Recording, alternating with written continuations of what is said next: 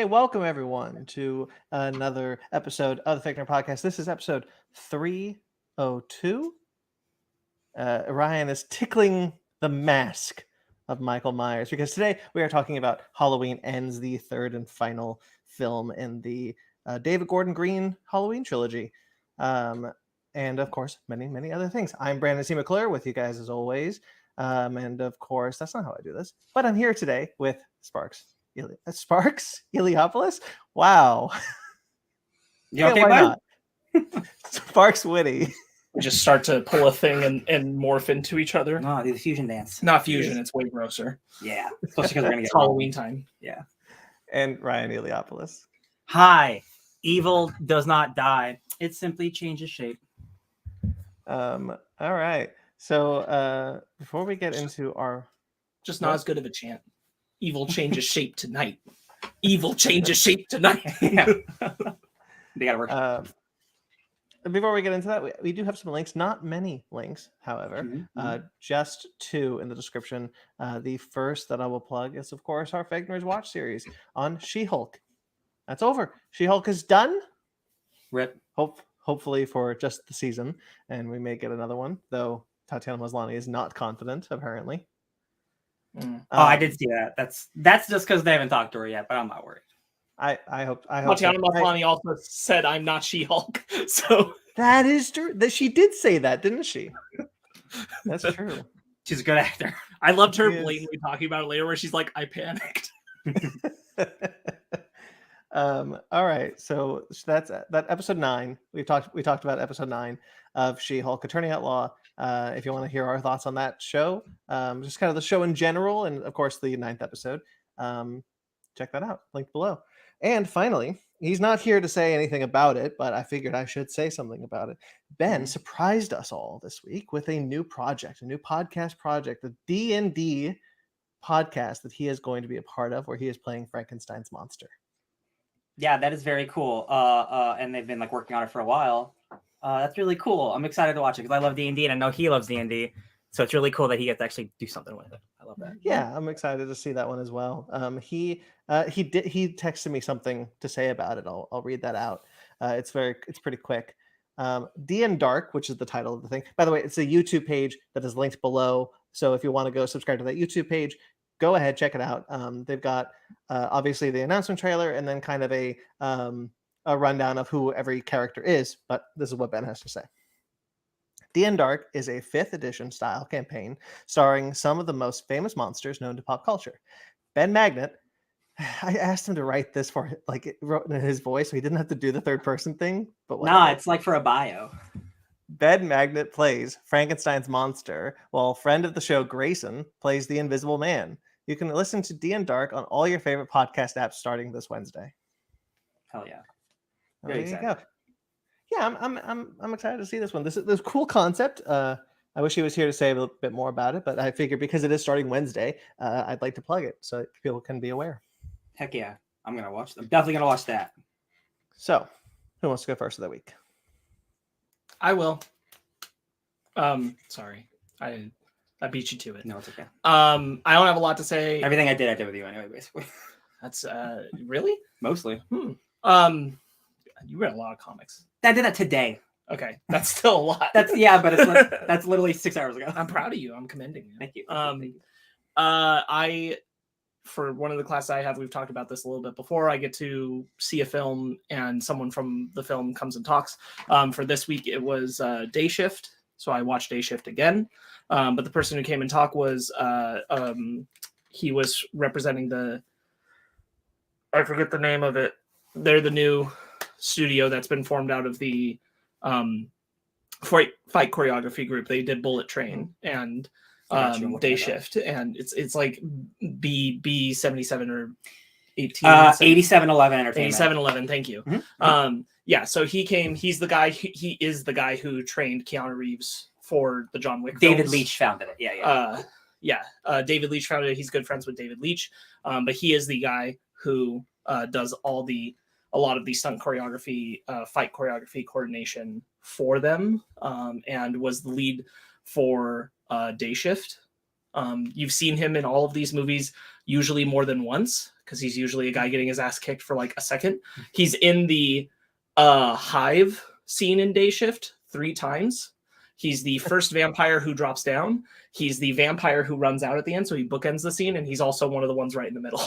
Cool. Hey man, makeup, you can do that.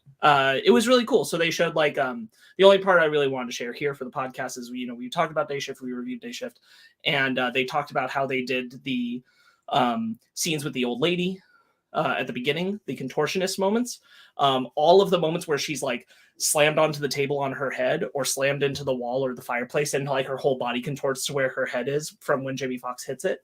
All of those were practical. None of those were CGI. What they did is they had her move into that position, and then they moved her in the action out of it and then reversed the shot. Oh, so that's cool. all of those shots of her like landing into those positions and everything, they are actually practical. They just reverse the action. Amazing. Which I think is really cool. Movie Yeah. magic. That was just a really cool tidbit. And they showed a lot of like, we saw the whole, he brought the raw footage of their rehearsal space for designing the fight choreography stuff for the film. And so we saw like the entire sequence where they're fighting the old lady, but like the very first pass through they did where they're just in a warehouse with like cardboard boxes framing the space. And so like they frame the space exactly to the measurements that they know they're going to have, and then they work through it. And they did the same thing with the cavern scene with Snoop Dogg and Jamie Foxx was supposed to be about twice as long. There was a whole bunch of other beats with some different kinds of vampires that they had mixed in, but ultimately Netflix had them cut it down. Still works though. Just really cool stuff. And I think it's really cool how they talk about like basically everybody who works with them as a studio now knows their way of doing things, and that what they want to do is have the action inform character and story. And so they're usually at this point, he said, usually we are brought in very early and we have a lot of months to prepare. So we usually work with the screenwriter to have a sequence, and then we're working it and workshopping it before they've actually gotten like the actors to the set and started filming a lot of stuff. We are workshopping the action scenes that we're going to bring to the table. So we do lots of months of prep instead of like 2 weeks for what's standard for usual action scenes. And Bullet Train was the other one that they've done this year. Yes. I brought that up earlier. Bullet Train, very Brandon cool. and I really liked it. I think they did a great job with that as well. They're doing great stuff, and they have a very strong passion for like the action should articulate story and character and tell us more about the story. And if it's not doing that, then we shouldn't. Why are we doing it? Absolutely. That sounds like a good mantra for an action company. Yeah. And then the other thing is, and you can talk about this with me, is I watched the first episode of Chainsaw Man. I was very excited about it, and I realized that I didn't have to get a Crunchyroll account to watch it because it's on Hulu. Hello. And so I was like, okay, I'm gonna go for that. And the animation is stunning. Yeah. Just stunning. Definitely.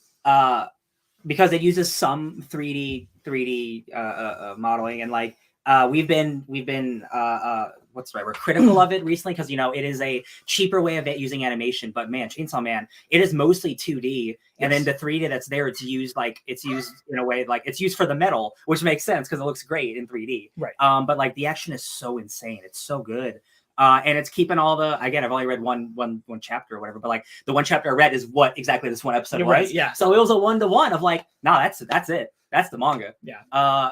It's crazy. I think it's very emotional. I'm very excited. I think this is going to be a lot of people's favorite anime when the whole is out. Again, like we won't have the whole out until next year because we're getting the first half of the season, about 13 episodes right now. Yeah. And then there will be a pause. We'll probably get the second half sometime closer to summer next year. Yeah. But I really am pleased. I think the animation is absolutely stunning. I think it has one of the coolest anime intros, nerdiest anime intros I've seen, because they make so many film references with it, which is just boggling to my mind. Mm-hmm. There's the fact that there is an invasion of the killer tomatoes reference in that intro is wild. So I'm just really pleased, and I'm very high on that. And then the other thing I mostly did was catching up on other shit I'll talk about at another time, and watching the Halloween trilogy in preparation for this one. I'm sure I'll reference that later, but that's it. I watched the whole Halloween trilogy yesterday, so the whole day I just watching, and I went from Movies Anywhere, where I have Halloween, to HBO Max, which has Halloween Kills, then to Peacock, which has Halloween Ends. That was fun. Does Peacock not have Halloween Kills still? No, it went to HBO Max. Streaming Licensing's weird. Yeah, licensing's awesome. Right. Whatever. I'll go. Everything he said, I'm also doing. All the shows we're watching and reviewing, I'm watching those. Watch the Halloween movies. I'm still playing the games I'm playing. Multiverses is great. They added Stripe from the Gremlins. He's really great. He's an assassin character. He's very fast. He's got a chainsaw. I love that. I watched Halloween Ends, and I was like, God, this reminds me of something I love so much. So I watched a movie I haven't seen since I was a teenager, which is David Lynch's Lost Highway. And I don't need to talk about that movie because there's no way to talk about it because it's incomprehensible almost. But in a really fun and intriguing way. But that's a movie about a person who maybe commits a crime and everyone thinks he's bad and how he becomes a bad person. And I'm like, man, this is like a movie I just watched. It's crazy. David Lynch is great. I love him. Can't believe I got to saw a big blockbuster movie with his inspirations in it this weekend. Can't believe. Talk about it later. Love it. That's it. Oh no, I read comics. Sorry, Judgment. Yeah. I read like 10 comics today. It's all Judgment. It's all the event Judgment. There's tons of tie-ins. Literally every single one of them is written by Kieran Gillen. The premise of Judgment, guys, it's awesome. And this is 100% what they're going to do probably with the Eternals and X-Men to make them tie together because it's brilliant. I love it. You have an Eternal Prime, the leader of the Eternals, Chloe Zhao's the Eternals. Druid, through manipulation and shittery. If you have not read the comics, Druid is their Starscream. It's not represented well in the movie. Druid is a shitty, backstabbing, conniving, worm-tongued Saruman lover type of Starscream character. He becomes leader of the Eternals, and Which he's one's like Druid in the movie? He's the one who can control people. He's like the Joker from the Batman. Right. Barry Koenig. Yeah, he's always creepy. Not creepy enough in Eternals. Where they made it look like they were going the direction Ryan's talking about, and then they curveballed away from it. Yeah. I remember. That's a movie choice. That's whatever. But in the comics, Druid becomes the leader of the Eternals, and he's like, "Yo, our thing is to correct deviation. Mutants, y'all are weird. Your DNA is pretty weird. Y'all are deviants. We're gonna wipe out all of the mutants to appease our celestial overlords."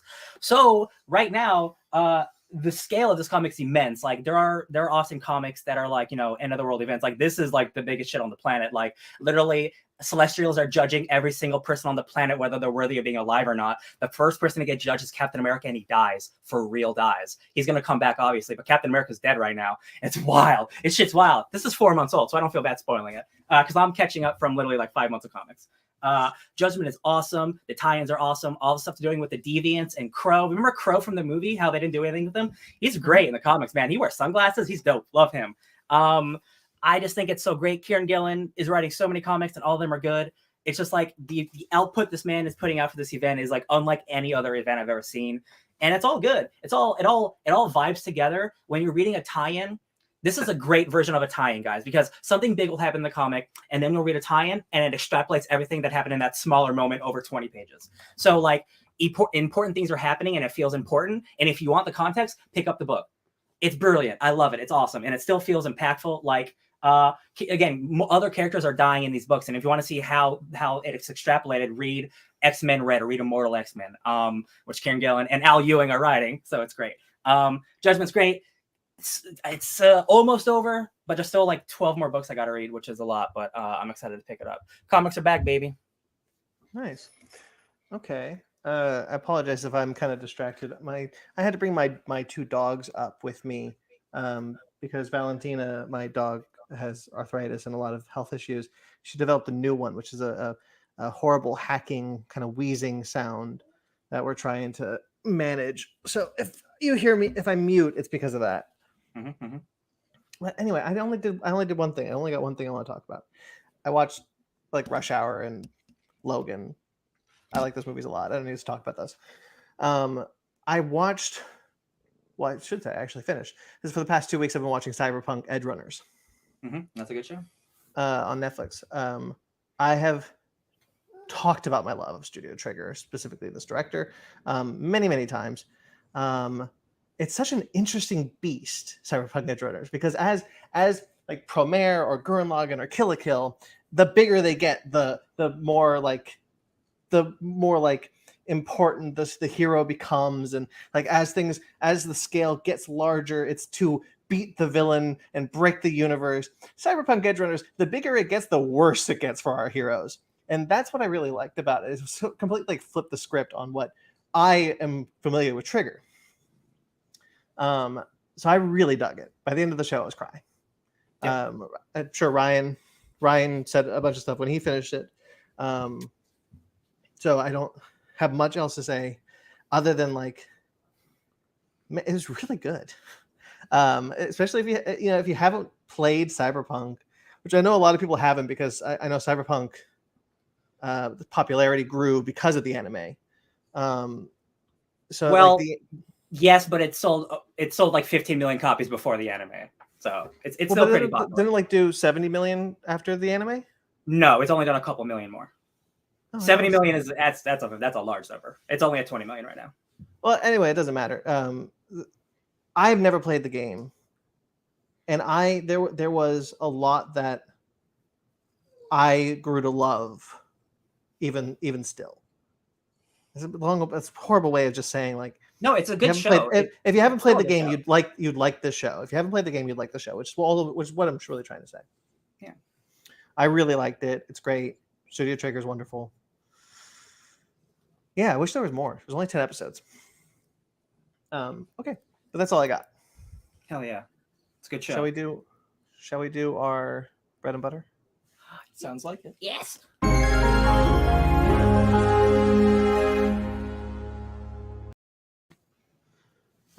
Okay, my dog's medication should be kicking in any minute now, hopefully. All right, so sad news up top. Robbie Coltrane passed away this week at the age of 72. Most people will probably know him as Hagrid from Harry Potter. It was a very big role for him, very big movie franchise. I first knew him from like Ocean's 12, I think he's in the James Bond movies. He's into it at the Pierce Brosnan James Bond movies. Yeah, I loved him. I really liked him, and obviously Hagrid was a very beloved role of his. That was a bummer. Yeah. No, please. No, I'm just saying he just like we all grew up with Hagrid, and he's like, how do you not love that guy? Yeah. And it's a lot because of Robbie Coltrane and how what a beautiful, like, loving, like, fatherly presence he has. I would make an argument, at least for the first half of the film franchise, that Hagrid is the heart of Hogwarts. Oh yeah, and like those films beat by his heart. I think especially when you're a kid. No, absolutely. And you first see it. I think that's exactly how it was. Like regardless of, I don't support J.K. Rowling and all that shit anymore. But can't change the fact that like super impactful performance on my childhood for sure. Yeah. It's difficult to really say anything positive about Harry Potter these days, but like when something like this happens, I think it's really important to kind of just remember the impact that they had at the time, because it was really influential. He was such a fan favorite character. Yeah, especially like the warmth and bizarreness he was able to bring with Hagrid just from the first film. Like the "You're a wizard, Harry" is going to be one of the most iconic cinema lines forever. Oh yeah, like just that whole sequence, because of him. Yeah. And then Angela Lansbury, beloved actress, 96. It sucked to lose both of them this week. It didn't it? Yeah, I haven't watched because of the anti-rolling stuff. Sorry, before we move fully to Lansbury, because I thought of this. I haven't watched the reunion thing about Harry Potter. Same. But I have seen people sharing the Robbie Coltrane clip now where he's talking about, Hagrid will live beyond me and like how much that means to him. And that shit hits real hard. Yeah. Just watching him talk about it, I'm like, okay, I guess I'm kind of glad that thing got made to some extent. Yeah. I did watch it. Kind of my deepest, darkest secret is that I did watch it. It was hard for me to avoid it because it's difficult for me because I would never support. I hate that I did it. Like I watched it immediately and I liked it, and it's really sweet and it's really charming, and it's just all about how the actors are talking about how much they love each other and how much they love being these characters, and for sure how what's his name and what's her name, Emma Watson and Tom Felton were like, yeah, we could have been dating. Like there was like this mysterious love story that happened behind the scenes, and the Robbie Coltrane stuff made me cry. Like it was so touching watching him talk about Hagrid. Yeah. Lansbury. Angela Lansbury, Mrs. Potts, Beauty and the Beast, Murder She Wrote. We watched an episode of Murder She Wrote the day before this happened. My mom was just like had Hallmark on, and it was like Hallmark Murder and Mysteries on, and it changed to an episode of Murder She Wrote that had Bryan Cranston in it, and so we were just watching it for a bit there, and like I hadn't seen that since I was young. Same. But it was so bizarre because yes, it was like literally the next day she passed away, and we had just watched this, like seen Murder She Wrote again for the first time in forever.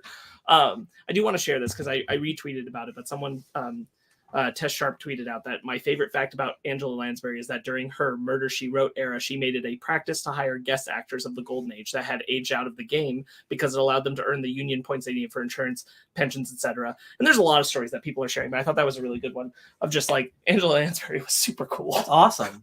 Fighting for her people. That's great. Yeah. She was a wonderful performer. I love watching clips. You know, it happens every single time, and it kind of sucks that it happens, that it has to happen for it. But like when an actor or actress passes, Twitter is filled with clips of beloved moments from this person's past, and it's one of the nicer things about Twitter. Yeah, I really like watching them and seeing some of the Angela Lansbury stuff that I've seen before, some of the ones that I haven't seen at all. It's been really, really great. I did not know she was in Sweeney Todd. I wonder if she was Mrs. Lovett with the original run of Sweeney Todd. Get over there. Yeah, that's incredible. I gotta check that out. Bed Knobs and Broomsticks, which Brandon always mixes up with another movie. That's another great performance from her. She's just cool.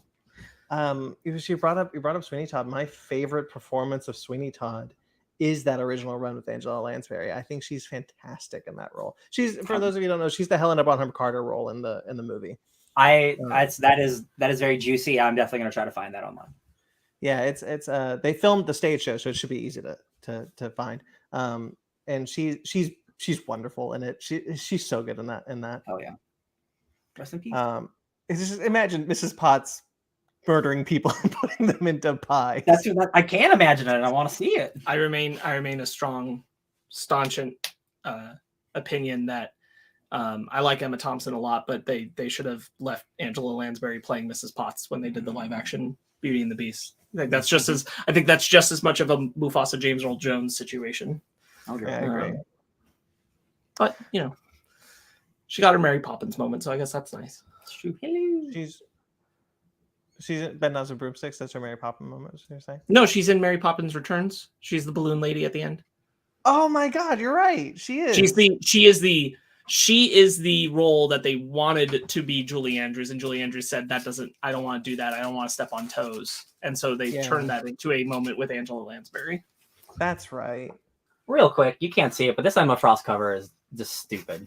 This is a Mark Brooks, this is just like, they can't make comics this sexy. It's not allowed, man. Come on. I'm just staring at it over here. I'm like, because we're talking about Angela Lansbury, I was like prepared for you to be like, and this cover, this is why, guys, this cover is based off a photo of Angela Lansbury when she was modeling in her young career. Yeah. That's next month's variants. Jesus. She lived a really good long life. Mm-hmm. Almost 100? Almost 100. 96 years old. Hot dog. That's not bad. All right. Two legendary actors. Sucks to lose them. Yeah. Some release dates have been shuffled around. Sure. Dune Part 2 has been moved up 2 weeks. That's wild. So now it's coming up in November 3rd, 2023, instead of Thanksgiving weekend, I assume. Body. That's my Gregorian monster chant. Yeah, dude. More dude. Blade. This is kind of the biggest shuffle was in the Marvel Cinematic Universe. Blade has been pushed to September 6th, 2024 from its November 3rd, 2023 release date. That's a bummer. I mean, it's good. I'm sure it's necessary.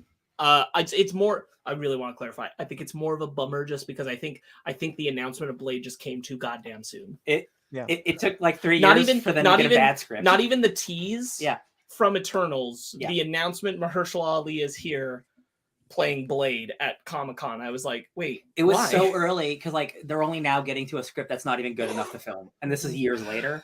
Yeah, I'm so glad it's delayed though. It's okay, Brandon. We understand. The last thing we need are like I like a lot of the movies in Phase 4, but like I'd rather have like 9s than like 7.5 and 8s if we can get that. If it takes a couple months to get there, I'll take it. Yeah, sorry. I was trying to say something. But my dog is still here. I agree with Sparks though, like, because they talked about how like Blade wasn't even on the Phase 4 slate when they first showed it to us, and they announced him. Mahershala Ali came out, and like Feige at the time said it was because, sorry, said it was because Mahershala Ali basically just called him up and said, "Hey, I want to play Blade." So like, I feel like even if that was the case, you probably should have waited till you knew when that movie was coming, or even if you had something script. His appearance at Comic-Con has always been a like, why'd you do that? Like it's more just always been that. importantly, he did not need to be in Eternals because you're setting that up for failure. It's like, okay, now Blade, that's his voice. He's going to show up soon, right? And he's not going to show up for years. And then like that, what was that? But at least, like, yeah, I agree. But I would have rather that we'd heard about him playing Blade than like a year and a half before that. Yeah. But I agree. Like that also was just. The thing is, like, again, it's better to postpone the movie. I'm sure it will be better for the movie in the long run. 100%. The wildest thing about this is like Blade should be the easiest one to make out of all these because it's a vampire man like hacking on vampires. And I'm like, man, like the script's that bad. Like it's people have wanted to know who the Fantastic Four are forever, and we still don't get to find out. That movie's coming out soon. Not anymore. But people weren't even asking Blade who, and then it's because again they got Mahershala, and he's like, this will be good for our stock market. If they push this back and decide, you know what, we're just going to introduce him after Secret Wars, then we're looking at Marvel's Black Adam. No, it's not going to take that long.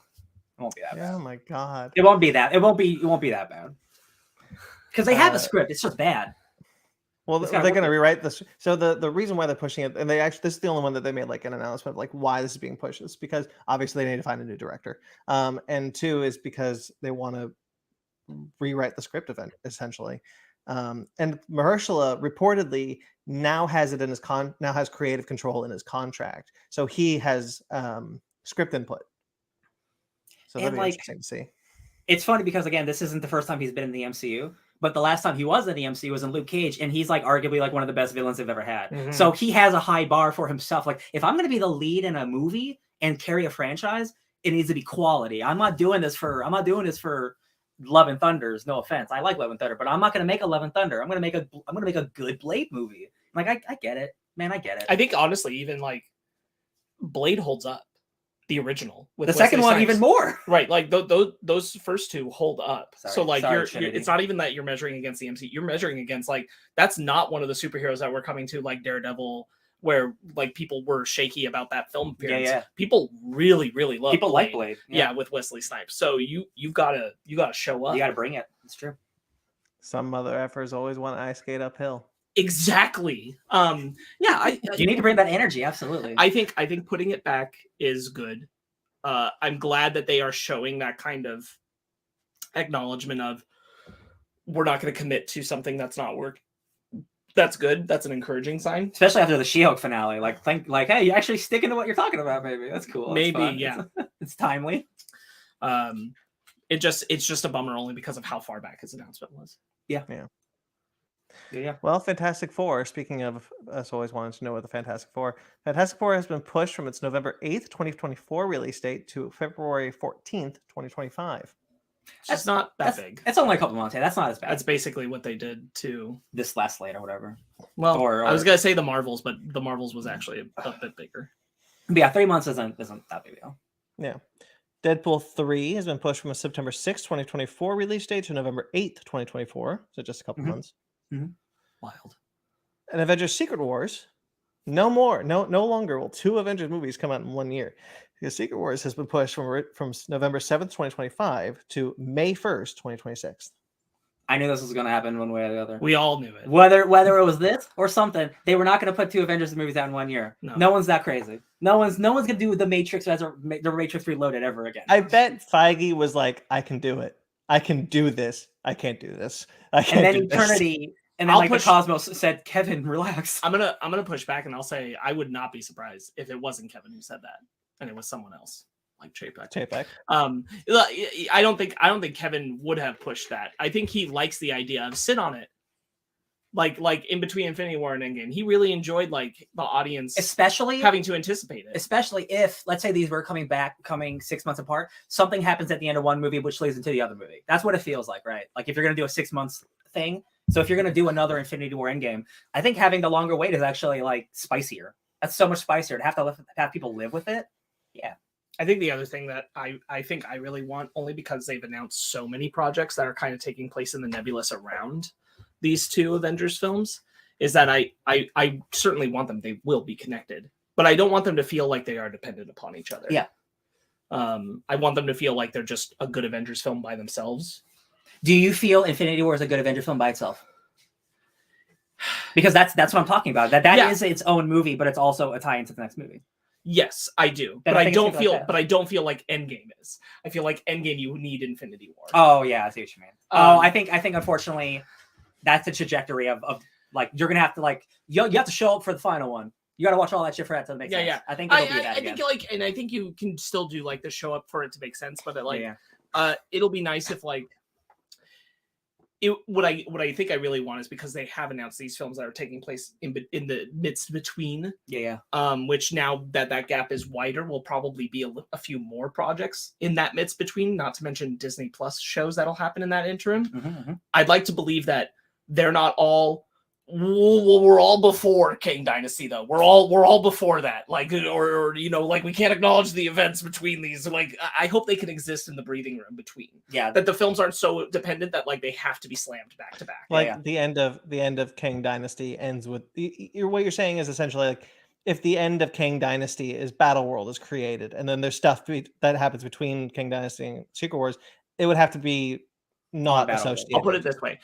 I don't think every project that the MCU puts out between those 2 Avengers films has to take place between those Avengers films. There can be some before, but I would like it if at least one takes place between, because I don't want a situation where all the projects we're getting in between the 2 Avengers films are like Ant-Man and the Wasp and Captain Marvel, where they take place before. And I don't want like 4 or 5 projects that are doing that same thing. It would be even funnier because like in a situation of like Infinity where people are just disappearing from the planet, all of the universe is destroyed and everything is merged onto a fake battle world. So if you have like the next Spider-Man movie just back in New York, you're like, what? What about Battle World? What happened? Like that is a much bigger scenario of like I don't think they can do that. Yeah, I don't think I agree. I feel that. Battle World. That's a reality. That's a reality in my life. That's crazy. It's happening. That's crazy. Okay. You guys like Sky High? Yes. Brandon, no. This one wasn't real. Yes, it was. No, oh no. Where'd you get it from? From this debusting film? Discussing film. Oh, Brandon. Read the news, please. Read the news. Well, I'll move on. That one's a fake one. That one's a fake one. No, I retweeted it and I deleted it. You can double check that, but I'll move on to a different thing. Okay. This is why you guys got to look at these things, because I don't like looking like an idiot when I'm reading these things. No, I fell for it too. Which happens. Let me finish. This happens a lot where I'll bring something up and then one of you two say that's not real, or I don't want to actually talk about that, or that's stupid. It makes me feel like an idiot. And I'd rather you guys go through these things before this happens, so I don't go into the sort of thing. Well, see, Red, I thought it was just funny because I got pranked, as in a lot of the internet. It is from you're not going to say debusing film. They're a jokey one. Everyone on here is laughing at them. It's like, you got me. I fell for it too. It's okay. It's Percy Jackson and the Olympians. This one is real. Adam Copeland has been cast as Ares. Suzanne Cryer has been cast as Echidna. And Jessica Parker has been cast as Medusa. Filling out that cast. Is that filming? Well, no, if there's casting, then it's probably. Yeah, it's filming. Oh yeah, we saw a teaser or whatever. Mhm. Yeah. Yeah. That's cool. I like mythological monsters. I like Medusa. I'm real optimistic. Dune. I like Dune, the this- choice for Ares. Who is he? Copeland. Yeah, I'm not familiar with him. Honestly, like I haven't seen a lot of his stuff. I like that he's not conventional Ares looking to me. He's a far cry away from what they were doing with the movie, and feels more in tone with the books. Who played him in the movie? Huh? Who played him in the movie? Oh, I gotta look it up. I just remember not liking it. So I remember who played Hades. Yeah, Steve Coogan. yeah, that's Steve Coogan Coogan played who played Hades. Hades. But Ares is the main villain for the first book. You know who was a good Ares? That French guy in Clash of the Titans.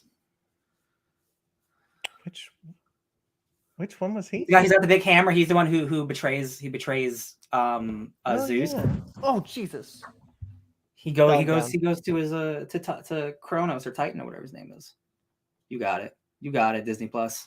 Why is Ares so far back on this? Because he's not a main character. I don't know. My dog legitimately fell off the couch. Listen, that dog's going through some stuff right now. It was a different dog.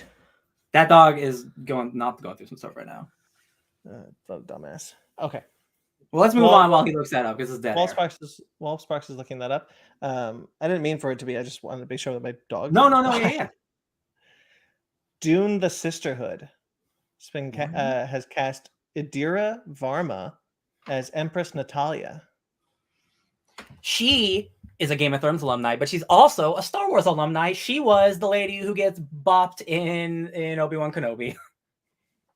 The lady who gets bopped in Obi-Wan Kenobi. She dies. She's the lady who dies in Obi-Wan Kenobi. She the Tala, Tifa, Tana. Oh yeah. Yeah, she's great. She's in Game of Thrones. She's the Sand Sister Queen or whatever. She's great. She's perfect for Dune. She's very spicy. Get it. Ray Winstone played Ares. Oh, he's cool, but I guess I don't remember him in that movie. Yeah. That's probably why he wasn't a very good choice, because you don't remember him, and he's the main villain of the book. Yeah, he's the main villain of the first book. Yeah. Hot dog. I remember Steve Coogan, and I remember Sean Bean. I'm pretty sure it's been a long time since I saw that movie, but I'm pretty sure they shove the Ares subplot to the side. Like they the main plot of Ares, and they shove it to the side and they make it a subplot. He was a Beowulf. Yeah, I can't even see a picture of him as Ares, but like, so Ares in the books, he's basically like a big young biker. I saw the glass. He had big glasses, and that's his whole vibe. And they just didn't go for that with Ray Winstone at all because he was already the guy that they picked is a much better choice. Copeland is a better yes. Yeah. That's what I was going for. I remember watching Sean Bean and Beowulf and Indiana Jones and the Kingdom of the Crystal Skull in the same year and being very confused. He's a worksman, a fantasy worksman. Cool. I'm not saying this is happening. I don't believe this is happening, but I wanted to bring it up because everyone is reporting it as happening. But Harrison Ford has supposedly been cast as General Ross, who will appear in Captain America: New World Order and Thunderbolts. Now, I don't believe this. I just like his disdain for franchise, except for like the new Indiana Jones, because that's like James Mangold. It's a different story. He just loves Indiana Jones. He loves Indiana Jones. His disdain for franchises is palpable in every interview he's ever done. So unless they literally offered him like $50 million, it's hard for me to believe this. Especially, he's not going to be a mo-capped Red Hulk. He's not going to do that shit. No way in hell. No. I can't. And there's also I'm pretty sure I talked to Sparks about this. I'm pretty sure he's retiring after Indiana Jones 5. He said he was retiring, or was that John Williams? He hasn't said it. He hasn't said it 100%, but a lot of people are assuming that like Indy's going to come out and he's going to say, and that's it. He hasn't officially done that. And like, it's not like the director of New World Order is like James Mangold. So like, there's no like connection for him to like want to show up in that. Like it's weird that this one was reported so heavily, because that's generally when it happens, it's kind of true. Like in this day and age. So I'm like, what if it's a smaller role than we think, and he's not Red Hulk? What if he's just Thunderbolt Ross? And I'm like, but that's what I'm thinking. Limiting like, the character. But then why not just let the character pass? Yeah, I don't think there is a point in bringing back Thunderbolt Ross if you're not going to bring in Red Hulk. Right. Yeah, otherwise, what are you just doing? He's just going to show up and just be in a boardroom. Yeah, it's. I would love for Harrison Ford to show up in the MCU as something like sinister. That'd be fun. But like, I can't. I don't buy this. I don't buy him also taking the role of another actor who's passed away. It's also wild to like, we're gonna take an actor who was literally dying as we were filming them in their last appearance and replace them with an actor who's borderline retired. And like, I don't know. I feel like maybe go 10 years younger if you're gonna do it. Like, if you're gonna Red Hulk him, the comic fans aren't gonna care. I promise you. I just don't. What the Red Hulk shit like made him a little younger? You cast a slightly younger, old white guy. Yeah. But also, like William Hurt and Harrison Ford aren't close in age. Harrison Ford's older than William Hurt. Yeah. He just doesn't look it. William Hurt, again, kind of looked pretty bad the last time we saw him. Yeah. Black Widow, and he's walking around because they're like, I just had surgery in the 2 weeks. See, I would kind of get this if like they were already they said like, oh, we had plans with what we wanted to do to the character, but we're separating with William Hurt because of the stuff that like came out, which actually only came out after his death, but like the stuff that people were really, really talking about, like he got on the bad woke list. Right, for the way he treated his wife in the past and abuse and all that stuff that we found out later. And like if that had been part of it and then he died and then it's like, well, we were still kind of committed to that idea, so we're gonna just continue recasting. But that wasn't he passed away, and I'm like, yeah. Do we need to keep that character? The only way. Like, I in the modern incarnation of the Thunderbolts, like General Ross being there, especially for the MCU, is like a no-brainer. So a part of me is like, they were able to work away where like Harrison will be on screen the minimal amount of time, but the maximum amount of effect on screen, like whatever like he puts into place or whatever he does, and he won't have to mocap because like I don't believe Marvel got Harrison Ford. I just can't believe that. I can believe that. For this role, I don't know. It's just baffling for this role, but like someone's been sharing the clip around where Harrison Ford's like, give me the check. Like he's had a pretty good relationship with Disney over the past few years because you got Star Wars, you got the dog movie called Wild that he did with them, and that's true. Indy now coming out, so he's had a pretty good like give me a lot of money and I'll show up in your thing relationship. True. I revert back to Brandon and what I believe, which is like, I'm pretty sure he wants to retire, and like it just doesn't make sense. Again, it's not one. Put him in this. It's not a one movie commitment. This is 2, possibly more. So yeah, and I completely understand that there is a possibility that you don't need him to do the mocap. You can get someone else to do the mocap. Like you don't need an 85-year-old man to do mocap for. Yeah. Though I really want to see it. That's I really want to see. Listen, I really want to see Harrison. He'd be miserable. He would be so miserable doing this. Can do it. I'm just saying, Harrison Ford could do it. Come on. Pierce Brosnan would be a better replacement for this. With his mustache, that actually he could work. He would work actually. Do you know who I thought? Okay, so actually this is relevant because my mom started watching Andor this past week, and if you guys remember the first episode, there's the guy who is telling our younger officer who's going to pursue chasing Cassian. He's like, drop it. He's got the one scene, but he's like, this is evidently a thing gone wrong with these gentlemen who clearly were in a place where they shouldn't have been. And I'm like, this guy should be Ross. Yeah. This guy should be the new Thunderbolt Ross. He's got the right energy, charisma, and he's the right age. And he's British, so he's got a really good American accent. I just really liked him. Yeah. And I was like, he'd be a great Thunderbolt Ross. Anyway, that was, since we're talking about it. It definitely feels like, even if it's not Harrison Ford, I'd pay good money to watch Harrison Ford do the mocap. Yeah. Thunderbolt Ross does seem to be important for the Thunderbolts aspect of it, which could tie into Captain America. So like, this feels more real than I would believe, with as much as it's reported. It's kind of one of those things that spread like wildfire, and so like where it came from was John Roca and Jeff Snyder, and then Slash Film supposedly confirmed it. And then that's kind of when everyone ran with it. Slash Films is a legitimate source too. So like it's hard not to believe. I don't know. I am sure when we first, because this is not the first time we heard about this. We heard about this a couple weeks before this happened. There were some rumblings, and there was. I am certain that someone at Disney talked to him about doing this role. I'm certain that is true. Sure. I just do not.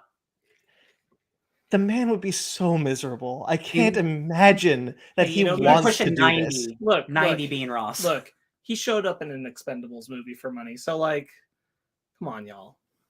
He Yeah, but in that's like 3. a minute. He showed up in 3, didn't he? Yeah. Oh Yeah, my but god, I that's remember like, that. That's like a cameo. It's not a role. Well, like outside of the performance capture for Red Hulk, this is probably the same. I mean, 5 minutes. money? 5 minutes is longer than you think it is on screen when you slice For it Marvel up. money? Yeah. Hey, I always think of Hannibal Lecter is on screen for 11 minutes and he won an Oscar. So like, you know, like That's a great fool that's me a great You example. know, anything's possible. Anything's possible, Harrison. The ultimate thing is just I'm like, it's just weird to cast someone this old to replace That's this the thing. actor. He is older than the character. Yeah, like, yeah. That's the only part that really gets me about is like Harrison Ford likely being on his way out and him being really old. I'm like, why is this who you recast with? Like, other than name power, Name recognition. Why is this who we recast with? Like, go for someone else who can like last the role up to Secret Wars. Yeah. Yeah, Like Harrison Ford. Saying Harrison Ford's got one more plane crash in him, I think. Like maybe. I don't know if this is the horse you want to bet on right now. You know what they did? That's all I'm saying. You know what they did? They were like, "We'll let you keep the earring." You could keep and they just CGI out without telling her. Yeah. How could you? What was the oh, Wesley Snipes did one of the Expendables, I think 3, in the desire that it was going to, because he was like, okay, I'll do these. Chuck Norris in 2. Chuck Norris said, I'll do this, but it's got to be PG-13. So they lied to him because they were going to make a hard R. Yes. Just like that, but with the earring. That second one, I didn't see the third one, but that second one is the second one's pretty fun. I'm not gonna lie. I like the second one. It's goofy. Third one's okay. Okay, I've seen all 3. All right. All right. Warner Brothers Discovery. Sparks. Good news, bad news. Yeah. But good news, bad news this week. All right. Warner Brothers Television is apparently laying off 26% of its workforce across its scripted, unscripted, and animated divisions. I wasn't sure there was that many people left in the company. That is bad news. Currently on YouTube, or at least I don't know if there were, the Cartoon Network YouTube channel is doing a 24-hour live stream celebrating its 30th anniversary. Wow. Yeah, that's real sad. Well, Cartoon Network apparently. So, okay. Cartoon Network, a site ran with the wrong information. Cartoon Network is not going away. But, well, yet. Warner Brothers Discovery is merging the development teams for Warner Brothers Animation and Cartoon Network Studios. At one time there were 2, now they are 1. Right. This is this what we talked about last week was a fear. Yeah. They will continue to remain their own separate labels, along with Hanna-Barbera Studios Europe, which has not been merged into this. But those are kind of like the 3 animated studios at Warner Brothers. 2 of them have now become one of them. Right. So the Cartoon Network's still there. Yeah. There is the fear, though, that I've seen around that Warner Brothers Animation tends to focus more heavily on IP than Cartoon Network has. Yes. And so merging the 2 could mean less original properties for Cartoon Network. Everybody is very confident that this means we're not going to get a lot of. We've talked about it last week too. No new shows have been greenlit for Cartoon Network Studios, and if they are to do new stuff, it might very well be just things that are only favoring IP. Mm-hmm. Yeah. Yeah, which like, you know, things like Young Justice, which is actually a bad example because that's like. Well, I think a good example is like Batman animated show. I think a good example is the Bat Wheels, the living Bat Vehicles kids show that's going to HBO Max. I think under Zaslav that would just be a Cartoon Network show. Like he wants less of that kind of thing on the streaming service. He loves adult animation though. That's no problem. And yet he still canceled Primal. Oh, I'm sorry. I didn't mean like good, like unique adult. I meant like Rick and Morty clones and stuff like that. Yeah. Velma is totally fine. This was a wild week for Warner Bros. Discovery because they had made the decision to shut down their writer-director workshop, which was kind of instrumental in bringing up people of color, diversity, writer and directors, and giving them chances that they would normally not have. Yes. They were going to shut that down. The Directors Guild of America stepped in, however, and said, "You cannot do this." They took the motion to say, we are shutting this down. This Yes. is happening. We don't want this. And go ahead. The Directors Guild of America said, "No, you need to keep that, or else we'll take legal action." Right. It's protected. It's Yeah. part of the contract. Yeah. Zaslav's racism was showing pretty hard that day. The DGA, this is a statement from the Directors Guild of America. The DGA will not stand idly by while Warner Brothers Discovery sees the rollback of decades of advancement for women and directors of color. Yeah. Yep. Thank God That's someone finally took a awesome. stand. That's great. That's really cool. It's very good. It's very good. This is why you have unions. Yeah, exactly. It's part of their union contract. Zaslav cannot take this kind of action. It's really great to see. Oh God, I bet he's fuming. Oh, so pissed. I'm not getting that money. That tax write-off. I don't understand. Like, what purpose did it serve to shut this down in the first place? Besides racism. Saving 7 cents. Like literally, it's something we don't need. Like more writers. We don't need more writers. We have plenty of writers already. It is like, they do put aside funds. Like the studio is required to put aside funds for these training workshops, things that are designed to bring them up into the company, into the studios. They do have to pay money for it. They do have to run it. It is part of because it is something that's part of the contract, they have to give time for their employees to take part in this. People who have to go mentor at it, people who have to go speak at it. It is something that it does cost them something besides just, him being racist. But that is an infinitesimal amount compared to other things that are of a bigger scale that he should be dealing with than this. It's purely, I would prefer that I only hire white people who I want to make projects. And Zaslav's pretty much said that without saying it in every decision he's made. So I don't think anybody's seeing blurred lines on that one. No, it's true. I almost hate to speak it, but I am getting nervous. Did that speak? For the Metalocalypse and Venture Brothers films. I would bet, because that's more, for some reason, adult animation. I feel like that might be so far along already, that might be okay. I want to feel... God willing, yeah. I completely forgot those were even happening, and you just put that in my brain. Yeah, I fear. I think those are safe. I want to believe they're safe. I hope so. This is kind of related. I forgot to look into this. What's been going on with Rooster Teeth?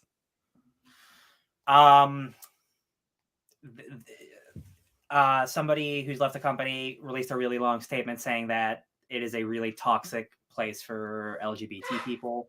The person, their nickname was the F slur for years at that company. And because they couldn't say it online on their video streams, they called them fugs as a way to supplant that. So for years, people online were calling this person fugs, not knowing it was actually them being called the F slur behind the scenes. Yeah, a lot of unfortunate stuff is coming out about that company, which is a bummer because that is a 20-year company of It's a super big bummer. Yeah. It's also sadly, when you look at the origin of it, not entirely surprising that would carry over. Yeah. But it is a bummer nonetheless to know. Yeah. Yeah. It's, you just never know who's a piece of shit these days. It's unfortunate. I meant to look into it because of this section, because Rooster Teeth is owned by Warner Brothers Discovery. So, But I didn't know where to put this, but I thought this was kind of cool. Flying Bark Studios, which is an animation studio most known for right now getting a lot of praise for their Rise of the Teenage Mutant Ninja Turtle show, and the movie which just came out on Netflix. They also did What If. They're also doing What If, I guess I should say. They have partnered with Avatar Studios to develop the 2D film coming out soon. So they're going to be doing the animation for it. If it looks more like the Rise of the Teenage Mutant Ninja Turtles thing, then great. I 100% believe that they had a lot more time, probably with that Teenage Mutant Ninja Turtle show or movie. That's why it looks so good. I won't hold What If against them because I know what they're capable of. That feels more like they have a very. So, when you look at an animation company, there's most of the time they stick to one style. Studio Mir who I love and did the first two Avatar: The Last Airbender, and Legend of Korra. While they have different styles, they were both done by Studio Mir, primarily. Studio Mir has kind of fallen into a style that you constantly see with like Dota's Dragon Blood or the Witcher Blood, something of the Witcher movie that came out. And what they do, Flying Bark, I looked at their website and they've got lots of 3D animation, kids 3D animation, which different. What if animation, kind of TMNT animation. So they have a very varied palette of animation quality. I think it's kind of interesting. What if has good action. I do want to point that out. I really like some of the what if action. But TMNT is kind of, I think where they really shine, it was with Rise of the Teenage Mutant Ninja Turtles. And I do think we'll probably be seeing something akin to that, or even a completely different animation style, because like I said, they vary a lot. So I'm not too worried because they're committed to 2D for Avatar. So until that changes, I won't be too stressed. Yes, I agree. Trailers.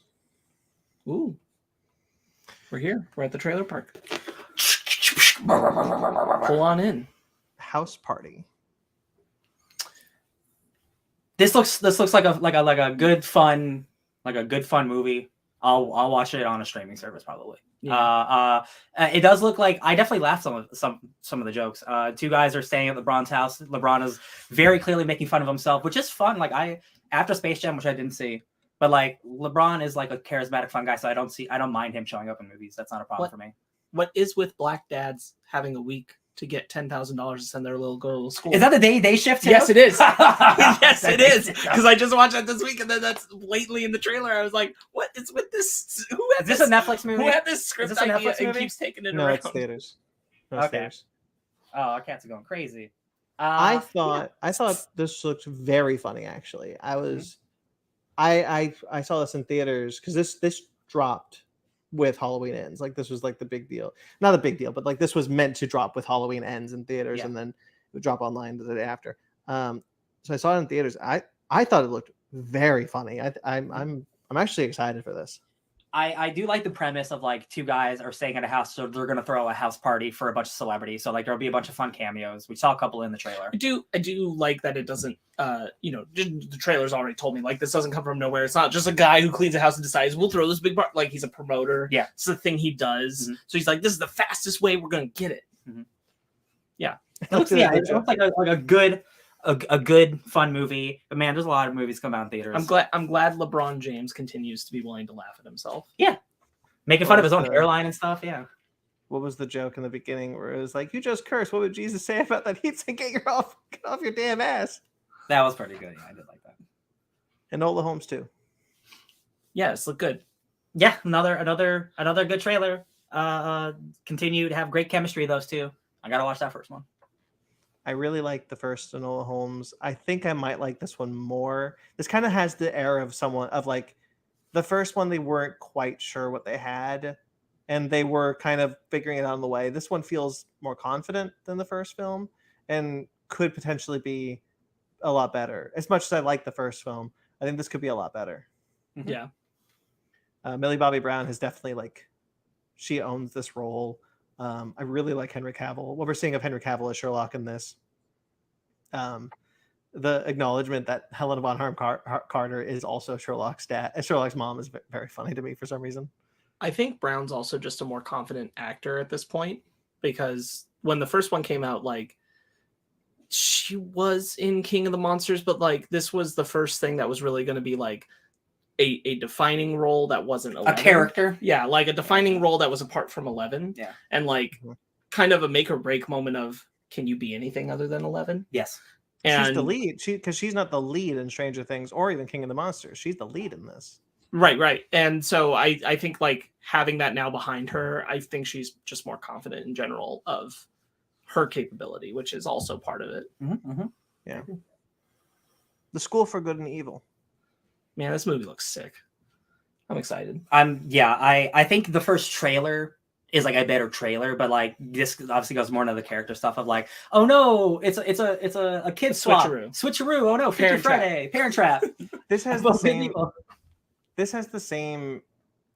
I had the same reaction to this trailer as I did watching the Transformers, the most recent Transformers Earthspark trailer, which I didn't put on here because we watched that first trailer, nobody gave a shit. But like the Transformers Earthspark, it has Megatron be a reformed good guy, like he was a Decepticon, and now he's on the side of the Autobots.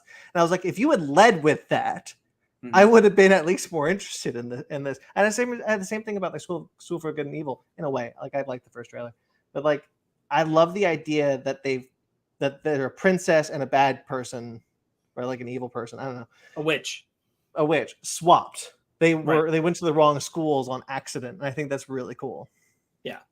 Yeah, I think that's good. It looks like really inventive, and like I love Charlize Theron. Like I forgot Lawrence Fishburne is in this. Like he looks fun. Like this looks like a fun good time, like a good fantasy escape movie. It also seems like they're doing a lot of like there's potential here for a lot of stuff about like predetermined fate and how much of it is like something that you're born to be and something that you're going to choose to be, and how does the environment you're in shape what you become. And I think that's got a lot of potential to be cool. Yeah. Wendell and Wild. Man, this looks great. Ooh, this comes out soon. I'm excited for this one. Man, that stop motion looks so good. I love just like how creative it looks, and like it's like a cool dreamscape. Yeah. There's a shot that I really love where she's got like a mouth on the back of her hand, and she puts her hand over her mouth, and like the finger is like the no-nos thing, and yes, I thought that looked really cool. The magical morticians. Yes. Yeah. There's a section in this where I wonder if they're doing anything with this, but I was pretty sure I caught this right. Like a constable, so a cop, right, dissolves into something monstrous. Yeah. Oh. I mean, our protagonists are black, so like I'm hoping. I'm like if it dives into that kind of crazy shit while also being like a cool spooky supernatural thing. I'm hoping because like that was a moment where I'm like, even if it's like a just that one moment in the film, like if you're doing this cop was a monster kind of moment, that's still like that's fun. That's you don't need to be a monster to be a monster. Did you guys see what he was talking about? Coraline. He was doing something recently, probably I think a Coraline screening, and he was talking about doing this movie and being asked to he was asked like, what took you so long to come back and do another stop motion film? And it's like, honestly, after Coraline, I was nobody saw that movie. I was defeated, and I wanted to, and I just didn't know what to do. And then Jordan Peele called. So he was just waiting for the right collaborator. It's so unfortunate that's his response, because I'm like, so many people love Coraline, even if like people didn't see it for the theatrical release. Like that movie has retained strongly, and it's only gotten, I think, stronger with the internet over time too. Yeah, Coraline is, interestingly enough, my least favorite of Leica's films, but it is the most popular. It's the one that made the most money. All of their films have had diminishing returns ever since. I find that so interesting. This is after Nightmare Before Christmas. Yeah, Leica. Oh, Leica, yeah, like the studio. No, Leica, yeah. Like obviously, Nightmare Before Christmas is a huge success. You were thinking of Selleck's career. Yeah, I was thinking of his career specifically. Yeah. No, he was talking about Coraline, and like I was also confused, but I'm glad he came back because I really like him. I think he's an incredible animator, and his stop motion work is so unique. This is Netflix. Yes. That Netflix actually took a gamble on this is actually like good on them, because this is the second stop motion film coming to Netflix after Pinocchio. Oh, before Pinocchio. Yeah. I just want to pitch something to you guys that I want to stress will absolutely not happen whatsoever. Henry Selick and Jordan Peele team to make the Gargoyles movie that Jordan Peele wants to make. Stop motion? Yeah. Gargoyles. Oh, imagine when like they have their their white-out eyes. Oh my god! And their transformation, that actually, and it'll solve the budget problem. Yeah, so you can make it. Oh, that's too good. You shouldn't have said that to me. Yeah. So now I'll be disappointed if they ever make that movie.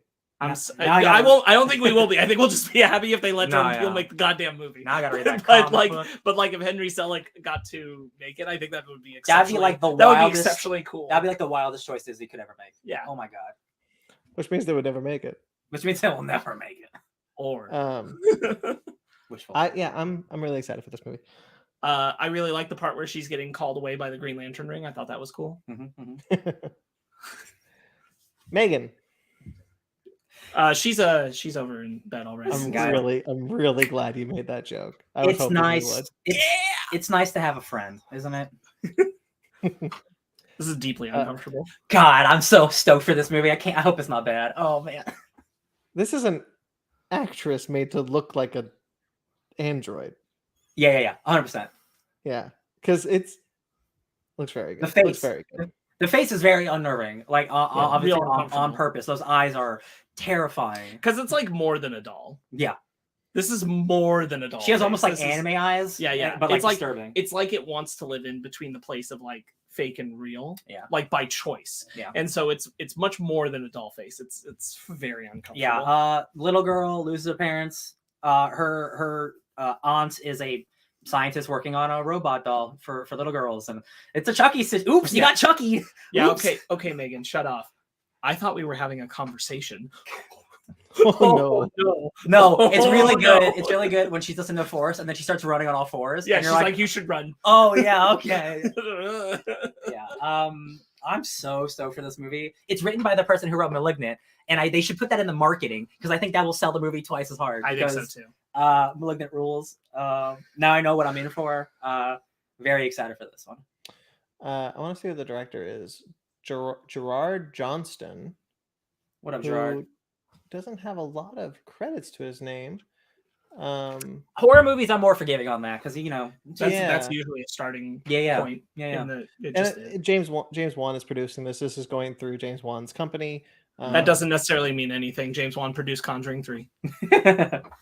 That's true. He was working on Aquaman 2 at the time. Let's just be honest. Like producing, like we The slapped Conjuring James universe Wan's, isn't what it used to be. Look, we slapped James Wan's producing name on a lot of things, and they're not always quality. Let's just acknowledge it, and it's okay. No, it's true. He did a show. This looks interesting. He did a show on Netflix called The New Legends of Monkey, which is a Monkey King adaptation. 20 episodes. That's interesting. I'm gonna check Put that his out. name on it. Give me that money. Slap it. No, not James Wan. The director of Megan. Oh, the director. Got it. Cool. Yeah, interesting. Okay. Yeah, It's nice Keela to have a Cooper. friend. Yeah, Keela Cooper is the writer of this. Who also wrote *Malignant*. Good job. Oh, and an executive producer on *Strange New Worlds*. Excited about There that. you go. That's interesting Cool. crossover. Cool. That's Look it. at that. Done in an hour. Look at that. So we Shall can we talk go about into our main topic then? shape.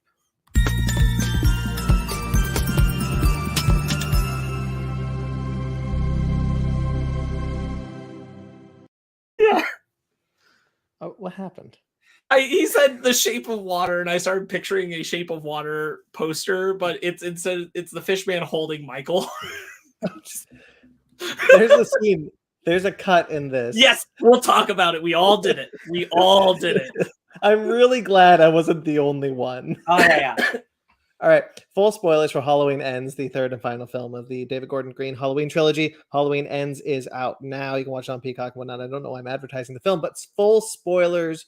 You have been warned to skip ahead, pause it, do whatever you want, but don't listen to this if you have not seen the movie. Or do. I'm not your boss. Who wants to go first? What do they think? I'll go first. This movie makes some incredible choices after Halloween Kills. They're not the choices I think I would make, but I'm also not a filmmaker. There are so many people who don't like this movie, and I get it. This movie rips. I love this movie. It is not the movie I thought it was gonna be. This movie as a Halloween movie, I think is excellent. It's not the Halloween movie everyone wants, but I think it is a perfect fitting, maybe not finale, but it is a perfect Halloween movie. this is like the most art house horror movie we've had in a long time, and it's shocking. I'm shocked that that Halloween is the movie to do this. To have this movie is a weird art house indie romance that I just didn't expect, and I love it. And unlike other movies that I really like that other people don't like I'm not going to defend this one as hard because I get it. Like if this does not jive with you, I get it. I can't get mad at you. I jived harder than I've ever jived with a movie. Like it's crazy developments tonight. I watched it also 1.5 times because I got Peacock. So when you were gone, I was like, what if I just like turned it on and I started at the point where I'm like, this movie's so good, and then I just watched the rest of it again. That's Sparks. I really like this movie. I really do. I think it's very much harkening back to kind of some of the wilder 80s sequels in horror franchises. I'm thinking things like Freddy 2 or It's a Bad One, but it was wild. The Friday the 13th where Jason's not even in it. It feels like it's filled with the kind of like that kind of choice making, but like more thoughtfully crafted. I'm not as hot on it as an end to this trilogy, and I'm definitely not as hot on it as a follow-up to the previous film. I think it's a little bit failing in those respects, but as a film itself in the Halloween franchise, I rather like it a lot. Cool. Let's get into it then, because I don't know how I feel about this, and I'm excited to find out together. Oh, that's so interesting, because last I heard from you, you liked it. I watched it twice. I think I like it, but I'm not sure. So let's dive in. So you watched it the first time you watched it without having recently rewatched the other two, and then you watched the other two and then it again, and now you might feel different. I don't know. I really don't know. I really don't know, because even coming out of the film, the first time, I was still like, yeah, I think I like that. I think I like that. And I kept thinking to myself, like, I think I like that. And I watched it again. I'm still kind of like, I think I like this, but I'm not quite sure if I do, because I have issues, but I also there's also a lot of this movie that there's a lot that the movie does that I really like. So let's find out what my score is going to be together. I will agree. First and foremost, this is not a good way to end the previous movies that have been established before it. I also think with where they left the last movie, there was no satisfying movie for me where it's just Michael and Laurie doing the thing again. Yes. Because then it's just another Halloween movie. Oh, what are we going to battle for an hour and a half, these two senior citizens? That's what I was loathing. That's what I was afraid this movie would be. It'd be just another Halloween. Michael's killing random people trying to get to Laurie, and they won't even explain why.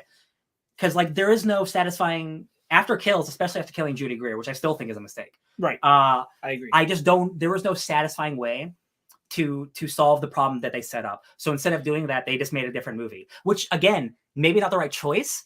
It's an infinitely more interesting movie because of it. Yes. So I want to bounce off of that, actually, if you don't mind, Sparks. So this is kind of, I completely understand, but this is also the first time that I've seen the Halloween Kills extended ending. Mm-hmm. So I did not know what that film was meant to set up. It wasn't this movie. I'm certain of it. But also, that's the extended cut. It's not technically the canon version. I understand. I'm not saying it is. I'm not saying that I wanted the movie it was setting up. I like what David Gordon Green did in Halloween 2018 and Halloween Kills. Michael's not going after Laurie. It's just kind of what Laurie is. And I think thematically, there's a lot of stuff that keeps going through each film that works in this movie.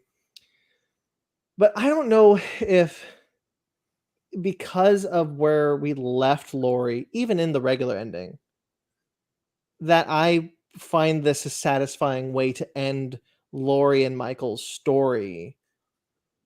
Like, I don't want to talk about the end yet, so I'm going to actually stop there. So, Sparks, I want to piggyback off that, though. You said Laurie and Michael's story. I don't think this is going to sound like weird. Like, Halloween isn't about Michael Myers. Not really. I know it's a weird thing to say, but like it is about everything that surrounds him. It's about Laurie. Michael's barely in this movie, and I still think this is a really good Halloween movie. So I agree. I agree with you about like the core of where Halloween started is not about Michael Myers. Mm-hmm. there's been enough sequels that have made that about Michael Myers. Sure. So I just want to say, like, because I want to jump into where you were saying earlier. I also understand why fans would be upset with this. I do think, in a sense, there is no good way to have marketed this movie, but the marketing certainly set that fan up for failure. That's true. The fan who does feel like, you know, this is about Michael, the boxing and match, taking yeah. yes, and for the fan who that was what it was, you are let down. You are set up to be let down. I just wish... by that marketing thing, and that side of the fandom has to be allowed to exist and be acknowledged that they do, because there are more films, frankly, than there are others that are about Michael Myers, not about what Halloween started out being about. There are more of those, and there are people that like those movies, and that's the kind of film they want, and I think that's valid to have. Absolutely. This film's just not feeding into that audience. And to go back to what you guys were saying, it's not even necessarily that like that it's a story about Laurie and Michael, because you know, Halloween isn't. You're correct. I think that Laurie's arc of the trilogy isn't as well executed because of how they handled the bits to get there. Sure. In an overall sense, which is one of the things where, like, it doesn't jive with the previous two as much as you kind of just want it to, because you like the first one and you want this to have been a solid trilogy through and through. And this one, it kind of makes the glaring issues of the previous one all the more glaring. Absolutely. Which is a bummer. Yeah. And that just kind of sucks. And it's just very interesting. I'm not going to say it's wrong or anything. It's just very interesting that Green was doing both of these at the same time. And he's talked in a lot of interviews that I've looked into where he was talking about writing both of these at the same time. So he was writing these side by side, and I'm just like, I don't understand necessarily how you were seeing what you were doing here and not seeing where you were going. Yeah. And that it feels like you just weren't communicating all your ideas fully to where you wanted to go, almost like you were hiding the ending from yourself as you did it. And that part, I think, has damaged the integrity of the trilogy at its core, regardless of the fact that I think this film is all the better for moving away from those things, just like you said. Yeah. This very much like this is the Last Jedi of Halloween's, because like a lot of people don't like Laurie in this movie, and let me tell you why I think this is the best version of Laurie for this trilogy. I agree with this. Because the first movie, she's miserable. She's locked up for 40 years. She's waiting to kill Michael. The second movie, she's miserable. She's in a hospital for half the movie. Do you want the third movie just for her to be miserable and just waiting to kill so she can just die to Mike? Her being fulfilled and happy, going back to like the life that she never got to have, where she's actually excited about life and she doesn't want her daughter or her granddaughter to go through what she went through. She's the only person who sees Corey for what he is, the same way she saw the same thing in Michael and no one else saw it.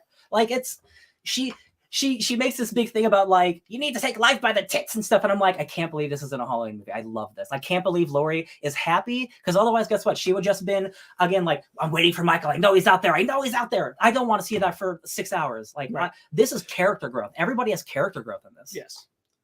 I don't want to see that either. I want to be clear. I don't.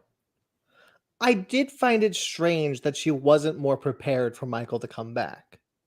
I don't want her to be miserable waiting for him to come back like she was in 2018 or in a hospital bed for the whole movie. I did find it strange that she had no plan, because she knew that Michael was out there still, and having killed her daughter. And I'm great. I love that she wants to put it behind her and she wants to kind of live her life. And I love the stuff with her and Frank. I think that stuff is brilliant. When Michael does show up, it was weird to me that she was blindsided by it.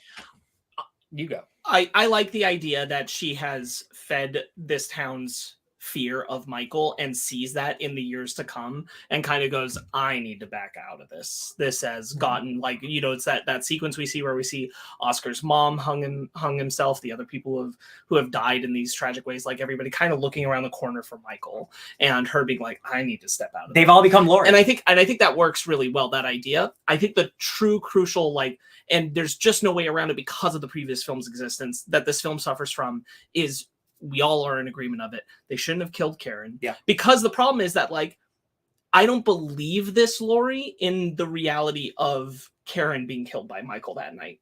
I don't buy that. I do if Karen didn't. Mm-hmm. But the it makes Karen feel so forgettable in a sense. Karen feels forgettable in this movie in a way that, like, even though I really like a lot of the Laurie stuff we're doing, it bums me out that I feel like Laurie has this drive against Michael that diminishes in spite of her daughter being murdered by him. And that part, and I'm like, this movie could have worked even better to some extent with Karen being the person who's really nervous about Corey, like right away, and Laurie being more open and embracing of all this kind of stuff and kind of trying to calm Karen's paranoia back down until she sees Corey's eyes and really registers what's and like all that as a dynamic. Those three, I think we lost something in I talked about this too with you right when we came out of it, is that I think it's a bummer that I like Allison in this movie, but I don't feel like Allison ever had her story, which is a bummer. When you go back to Halloween 2018, it feels like we were meant to at some point. And I think taking Karen out of the in-between actually hurt Allison's story too. And that's the thing that as much as I like so many choices in this, they're living in the reality of that. Yeah. Killing of Karen that just hurts Laurie's development in a way that it just sucks. It just sucks. Yeah. I think that's what I'm picking up on. when I talk about Laurie being unprepared for Michael when he does show up, it just kind of feels like it just feels weird that this Laurie forgot about her daughter. See, okay, so I understand that the movie itself doesn't give us any flashbacks or really focus on the Karen's gone. There are a lot of flashes of the Karen #1 daughter, like pictures of them. She's always referenced in the movie. There was always a lingering thought of there. Like, she's not maybe as present as I'd like her to be. She's not forgotten in this movie. She's definitely not forgotten in this movie. She's definitely not there as much as I want. Again, the biggest mistake this trilogy made was killing Karen. Like, and that is a fault that this movie, as much as I love it is my favorite of the three. It does not rise above the problem that they set itself up of. But also, again, like, it's been, if this were the next day, I feel differently, but it's been 4 years. And I think, even though Laurie doesn't know that Michael's alive or dead, like, I think it's nice that she's able to just live a life. It's been 4 years. Like, I like that she doesn't have to have the eyes in the back of her head. She just gets to live a life. And then if that makes her less prepared, then good. I mean, she's normal again. She gets to live a regular life. I like that. I like that she's unprepared, because she's not really. She knows he's coming. She almost pretends to kill herself. She's ready for him. Well, she knows that Corey is gonna show up. And like, I don't know. No, see, the thing that I love about this movie is, I don't think it's a bad movie, and none of us are saying it's a bad movie. I think it's just certain things don't jive with you, and that's allowed in a movie. You can not like the choices they make, and respect it. But like, and what I love about this conversation is none of you are saying any of this stuff is bad. None of this is bad. It's like, it doesn't jive with what the previous movies did.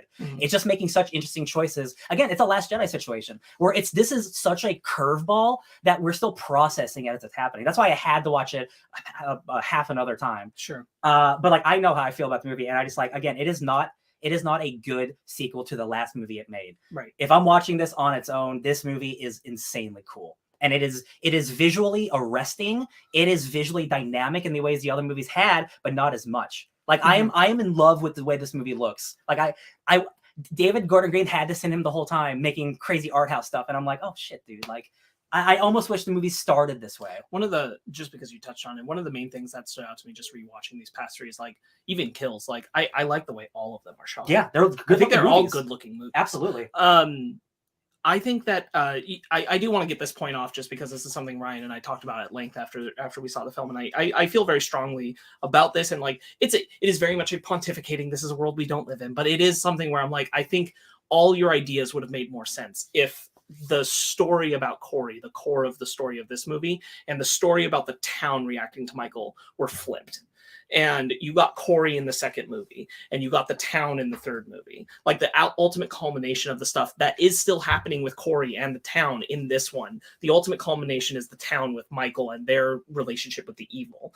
And like, if that had been more clearly the through line of everything, because I feel like there's a lot of muddied, vague gestures through the previous two films to ideas that don't connect, that makes it so that if you had taken a lot of the town stuff here with Corey and put it in the second film, and have the last one be the thing where all of that really comes to a head. And we talked about like, oh, if you'd ended 2018 and then you pick up and everybody thinks that Michael died in the fire. Nobody knows. In fact, for the whole second movie, nobody finds out Michael's actually alive. They think he might be for a second, but it turns out it's Corey. Yeah. And nobody knows that Michael is still alive. But the town still has this weird, complicated relationship with Michael Myers. And then you follow up with Michael's actual return and all this kind of stuff and how that feeds into the town. So it's much more, because I think the town stuff with Michael specifically is a little bit of an afterthought through the trilogy and even into this film. The town stuff with Corey and how that reflects the Michael stuff, very present. The town stuff with Michael specifically,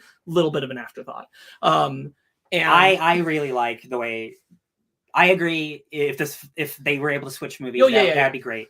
Yeah. I have no problem with the way the townspeople handle Michael in this. I think it's them. It's people internalizing their fear, and since Michael's not there, they put their fear on Laurie. Laurie, you're the person who, like, he was a sick old man, and you provoked him because they don't know the full story. Mm-hmm. They need to project their fear onto someone. So like every person who doesn't know the full story is like that to Laurie. So like I have no problem with every person being shitty because like it makes sense. I will say it does bother me when Allison does that to her. When Allison throws that in her face.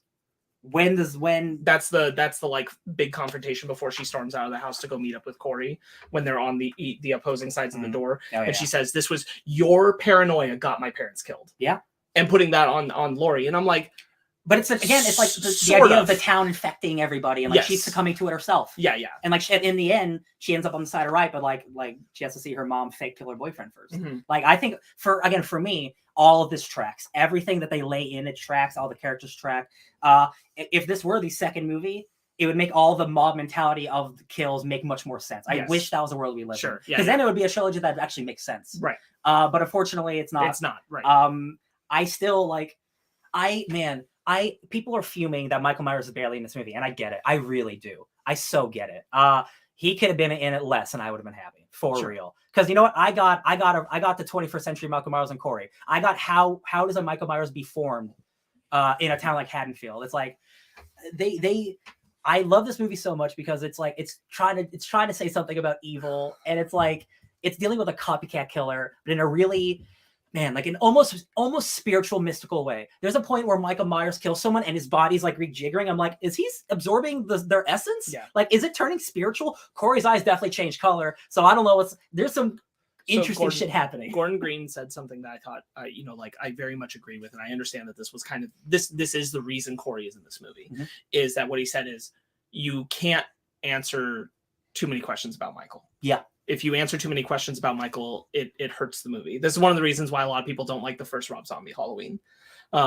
Because not only does it retread the first film, but it also answers a lot of questions about Michael. There's ambiguity with the second one. No, I'm saying that this movie is obviously not copying the Rob Zombie movies, but it is doing the thing of this is how people who are abused become the monsters. Yes. So because Corey has an abusive family, just like the Michael potentially had, or he had in the Rob Zombie movies. Right, and it's still projecting that idea. But as far as how does Michael live? What sustains him? These kinds of things. He's like, you can't answer these questions. He just does. Why did he stand in the window? It doesn't. I don't. Yeah. You can't.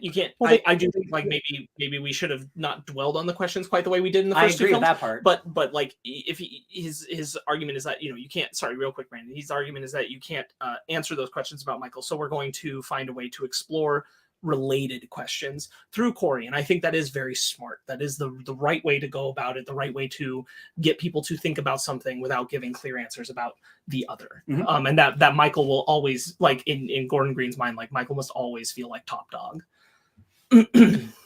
So I just wanted to bounce back on the question, why does Michael go to the window?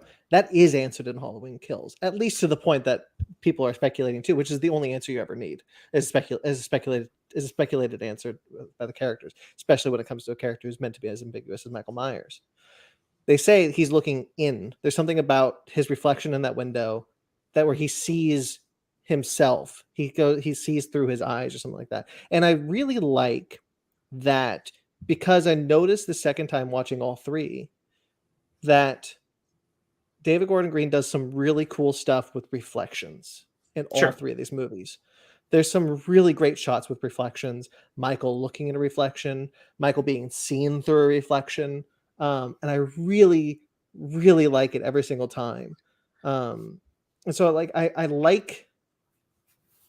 almost kind of wish he had. It almost feels like he didn't take that approach that you're talking about with how he took with Corey. Like, you can't answer these questions with Michael, so he created Corey. And how, well, what you said, I'm vibing with that. I like Corey. I like that. I almost kind of wish that he took that approach with Kills, because I actually think he spends too much time seeking answers to the questions posed in Kills. So this was something Ryan and I were talking about on the rewatch, is that, like, you know, Halloween 2018 feels like it's setting up, if you're making 2 movies as a sequel to that one, everybody's demanding to understand Michael's motivations. Everybody's demanding he speak and share his motivations, why he does what he does. And it feels like you're owed, because of just the way the film is structured to be offered to you. If you are going past that film, you are owed answers. And then Kills kind of feeds into that mentality, this idea that you will get answers to Michael. That's why everybody's, but to your what your point was, Brandon, is that even as they give an answer of, like, Michael is looking in, it's speculation still. It's not an answer. It doesn't mean that's exactly what, nobody knows what's actually going on in Michael's head, and nobody ever will. And that's the way it should stay. You can do a reading where you say, yes, he's looking in, and then he left because the Myers house was destroyed, which I really like. There's a news headline that tells us they were like, F that house and destroy it. And I'm really grateful for that. But that he goes and retreats into the pipe, and it isn't until Corey is in front of him and he looks into his eyes, and we see the reflected shot. We see his mask reflected back in his eyes. And you could argue that that's another moment of him, like, what he's really engaging with isn't necessarily Corey being a similar spirit, but instead the window moment. Yeah, that could be true. Who knows? We won't get answers. It's better that way. Thank you, David Lynch. But it does feel like we are talking about, like, the previous ones in comparison, but it does feel like they are building you to have questions, yes, that they will not answer. And I do think that is a Achilles heel of Kills specifically. I do agree. Like, a little too much setup in the previous movies, but I do think Corey is an extremely good window into how someone like Michael Myers is created. Right. You want all the questions that, like, the Michael, these are the answers. It's not through Michael, it's indirectly through another character. Mm-hmm. Like, these are all the, like, oh, why is Michael like this? Like, well, here's a version. This is, it's almost like, again, like if you want to do multiverse nonsense, like, this is like multiverse. This is where this is Michael Myers. Like, this is how someone who kills someone, either accidental or real, their life is forever changed by how the way the people view them. If you are always viewed as a monster, hold on real quick. If you're always viewed as a monster and there's no one to back you up, you have someone to take you from the darkness. And Corey has a couple people like that. Once those people are gone, it's downhill from there. And there's a question to be said. Corey was evil from the start. I think he was evil from the start. He was awakened through this meeting with Michael and stuff. So what I like about Corey's setup is that it can be. Personally, I didn't read it that way. As you said, that he was evil from the start. I didn't read it that way. I read it as someone being infected with evil, because there's a lot of what Laurie talks about that really jives with me. And we talk about this film jiving. What I really like about all 3 films is that Laurie constantly talks about how, that's what Loomis talked about in the original films. He's the personification of evil. This Michael Myers, even though he was stripped back from a lot of his supernatural abilities, is still meant to be that kind of personification of evil, and how evil infects the town, infects Haddonfield through these 4 years. We see it in the montage going up. So what I really like about it is that you can almost read it the way I read it, is that he is a good person who, if he had killed that little boy, which was an accident, and the town had, rallied behind him, hey, it was an accident, things were really, he would not have turned into the next Michael Myers. But because the town had been infected by this evil, by looking for this boogeyman, and finding this kid, demonizing this kid, that infected him, and then Michael Myers eventually, basically letting him go. Yeah. And that kind of infected him to become the next Michael Myers. I think, to both of your points, like, I think that the potential exists. I don't think he's evil at the start. I know what you're referring to, which is the I'm gonna kill you. I want to bring that up. Yes. So in the I don't know if it's Halloween or Halloween Kills, but there's an old person talking about. I remember Michael when he was a kid. He was a regular kid. There was no sign that he was going to be a murderer. Right. That's just like Corey. My reasoning again. This is all like my speculation. Like when he's trapped in that room, he's yelling more aggressively, and then he says, "I'm going to kill you." So his aggression to me seems like it could be 20 years before he breaks, but that is someone who will break eventually.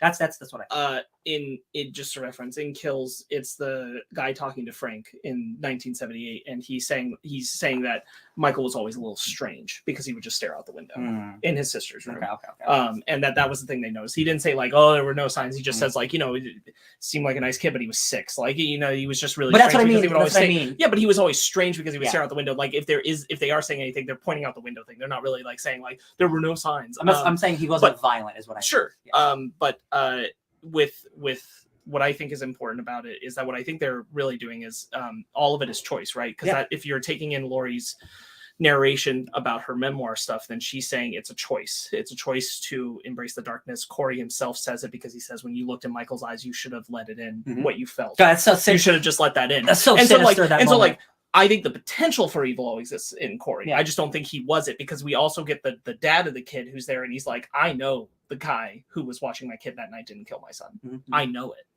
The guy I saw on the street though, different, not the same. Mm-hmm. Yeah. And so I think he chooses to be that.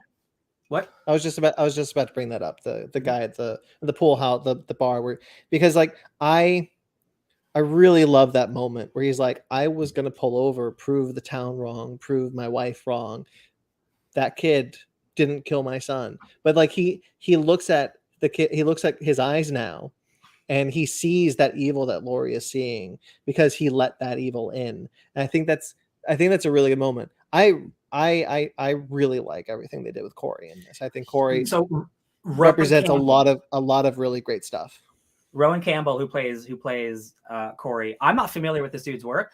This is such a performance. This dude kills it so hard. He goes from being like, like the almost like a Peter Parker glasses, like kind of like dweeb, chocolate milk drinker to like the most sinister mother effer, like riding literally shot for shot a David Lynch scene where he's like hanging out with this girl and she's biting his ear. And I'm like, this is so sexy right now. This is a Halloween movie. Like for real, like there's a song, the song is Burn It Down that they're listening to. And as they're talking about burning down the town, metaphorically in her eyes, actually in his eyes, she's like, oh, we got to burn the town down. We got to leave. Like she doesn't want to burn anything. She just wants to leave. He's like, nah, let's burn the town down. I'm going to kill all these people. Like, it's just like, it's so spicy. It's so spicy. I will agree. Allison doesn't maybe have the best character arc, but I think she's so vital to the movie and vital to Corey's journey. It's not even necessarily that she doesn't have a good character arc. I just don't feel like this was her story. And I don't feel like she had a film that belonged to her. And I kind of wish she did. It's one of those things that we kind of talked about when Halloween Kills was coming out, we said they didn't do a very good job of it, but it kind of felt like it was supposed to be Karen's movie. Mm-hmm. And so like the first one was going to be Laurie's. The second one was going to be Karen's. The third one would have been Allison's. Yeah. And that's kind of what we thought we were getting. And I would argue that this isn't really Allison's movie. No. And that's neither here nor there really, but like I wouldn't say she doesn't have an arc. I do think she has an arc. Yeah. I think she has some material to work with. It's just not the focus on the character. I wish we had gotten somewhere in these films. Sure. That being said, I wanted to go back real quick to the dad talking about Corey scene because he has my favorite line in the movie. At least I think it probably is my favorite line, which is where he says, really never liked that the town did that. They took my pain and made it about them. There you go. And I thought that was the movie. I thought that was really good. I thought that was a really good line. And I really like that read of it. I love the town so much more in this than in the last one. Because like the last one, like I understand like mob mentality, but it felt very extreme and it felt very fast. Whereas like real like fear and pain is like more like it's like this. It's like microaggressions. Like everyone's just snippy to each other. Everyone's a little like, if you're racist, your racism comes out a little more. It's like, it's much more, it feels like a seedy underbelly than just like, we're mad because of monsters. Like it feels more real. Someone made the comparison that it feels very much that David Gordon Green turned Haddonfield into like Derry, Maine. How like Pennywise infects the town with evil and how like the adults in that town just kind of progressively get worse and worse every generation. And it kind of feels like that's what Michael Myers has become to the people of Haddonfield, this kind of infected evil. I love that idea.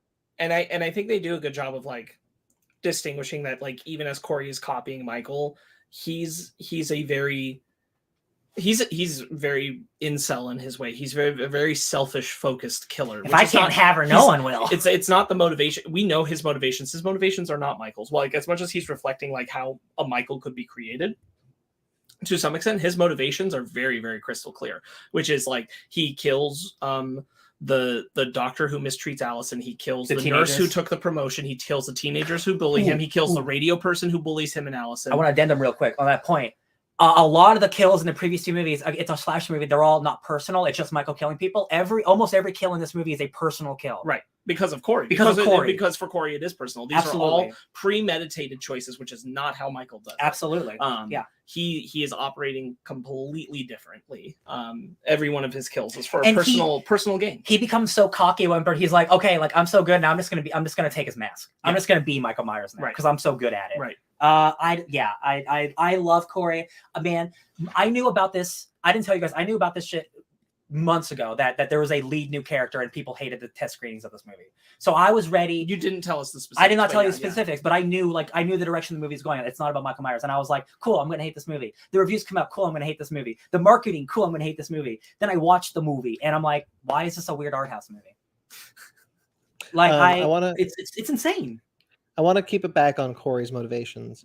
Through that, as I really like his first kill with the cop, where he like brings the cop into Michael's den. First off, I really like how that scene is blocked. It's one of the few times that I've actually like paid attention to blocking, because there's this one specific scene, there's one specific shot that I love the shot. It's when he's looking at something and we don't know what he's looking at because the camera shows you that Michael Myers is just in the corner of his eye and he's in focus. Michael Myers is in focus, but there's no musical sting to like be like, ooh, Michael Myers is there. It's just he's just there kind of in his Igor state right now. Mm-hmm. And I really love how that is shot. And to have like, and then to like have Michael like come out of the thing. I really like how he does that.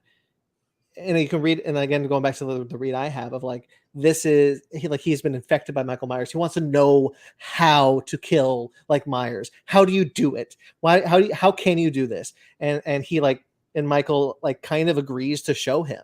Yeah. Like, okay, I'll kill this guy for you. I don't give a shit. And to bounce off that to the doctor nurse one, when he's killing the nurse, Corey is almost like a director, like framing the shot with his hand. Like he's like, what is that? How do you do it, Michael? How do you stab someone in the belly? He's just like, he's like an auteur, like watching an auteur paint. Like, how do I do like Michael in that moment is really interesting because he's there as backup. Right? Mm-hmm. Like that could be read that way. Michael is there almost as like a supervisor. Like, oh, you missed one. Let me get it for you. It's a good moment too, because like Corey's blocked out and then she opens the door and Michael's there. And I'm like, oh yeah, there's two of you. I think that's a really good moment because I didn't think Michael was going to be there. Same. Yeah. I thought Michael was not going to be there. And it was just we're just going to see Corey kill these people. And like Corey has this rage in that kill. Like when the door gets shut, he's like, damn it. How did I, he's not saying anything, but he's like, he's very rageful trying to hit the door. Michael wouldn't do that. No. Michael would find a different way in. Very, very specifically, like when he gets, Corey he's like Ghostface, which is when he gets like hit. It felt so like knocked back. He makes sounds and everything, and that's how like okay, he's not really taking in what Michael is though. Yeah. Like he's not really getting what Michael is because Michael's on a whole other planet of what he does. And that's like. It feels like there's something weird in like a possible supernatural connection with the fact that he like feels the need to undo his bandage to like connect his hand. He does it more. It feels like almost like is it going to heal, Michael? Yeah. Will it heal? Will I get what you have?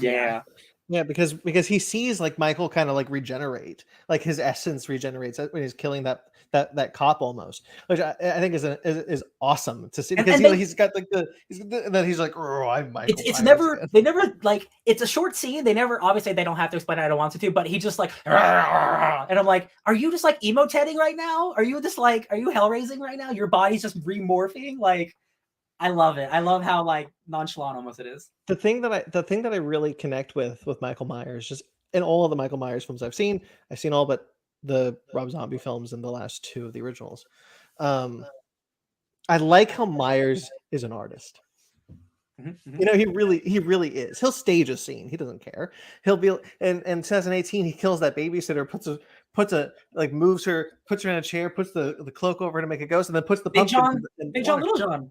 Big John, Little John. Dude, Michael is so disconnected because he's still considered to people consider him. He's still like that 6-year-old in a 70-year-old body. So he's still kind of like discovering things and always tilting his head. Yeah, almost. And so like Corey is kind of like the guy who's making an adaptation of a comic book but doesn't understand the comic book. Yeah. Right? He's doing everything right, but he doesn't understand. He doesn't understand why it's not working the same way. There can only be one Michael Myers. Sorry, Corey.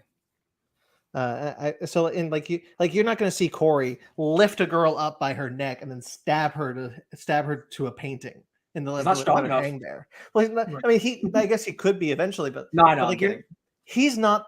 Corey is not the kind of killer that Michael is. He's too freshman. He's too freshman. He's too frustrated. He's too angry. We like Spark said, we know what he wants. We know why he's doing this. He's doing this because he's angry at the town. Michael isn't angry at the town. He just isn't. And he only kills people he's mad at. Yeah. That's the thing. Oh, going to the junkyard where he works, where his stepdad works or whatever. I knew he wasn't gonna kill his stepdad. I had a feeling he wasn't, but like that dude's gotta die somehow. And like the way he goes out, it's really sad. And like the teenager shoots him, and then he drops, and Corey's gone. And there's a lot of really great cuts in this movie. Yeah, there's a lot of great slam cuts of different things happening. But like that scene specifically was so spooky. The girl under the fence, that poor girl, she got a double.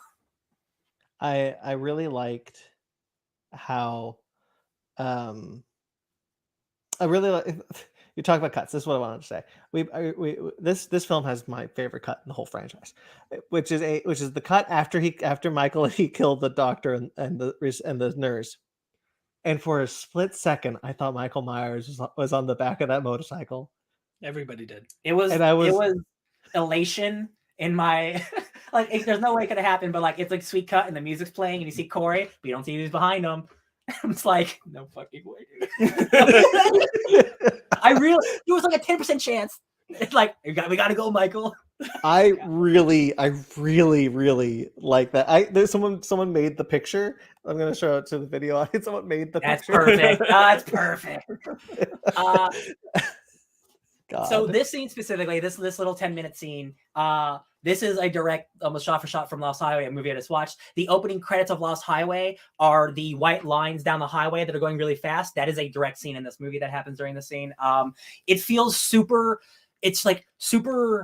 like surreal and like almost like a dream. Like when they're sitting on top of the thing, it's like, oh, I want to climb that water tower or that tower. Like it's calling to me and like, we're going to burn this place down, sugar. And like, it feels like super old school and feels very 80s. Yes, it does. And I just like, and like, I was in Corey raptured. becomes an 80s bad boy. Yeah. Like he straight up becomes like a Twin Peaks character at some point. I'm just like, this is not what the Halloween movie that the people want, but like, it is feeding me so much that I did not know I needed.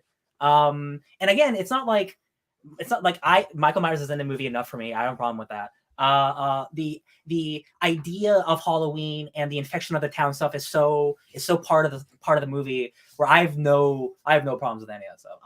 I'm probably the most positive on the internet about this movie. I love it so much. I want to bring up something that I think I probably brought up with Kills.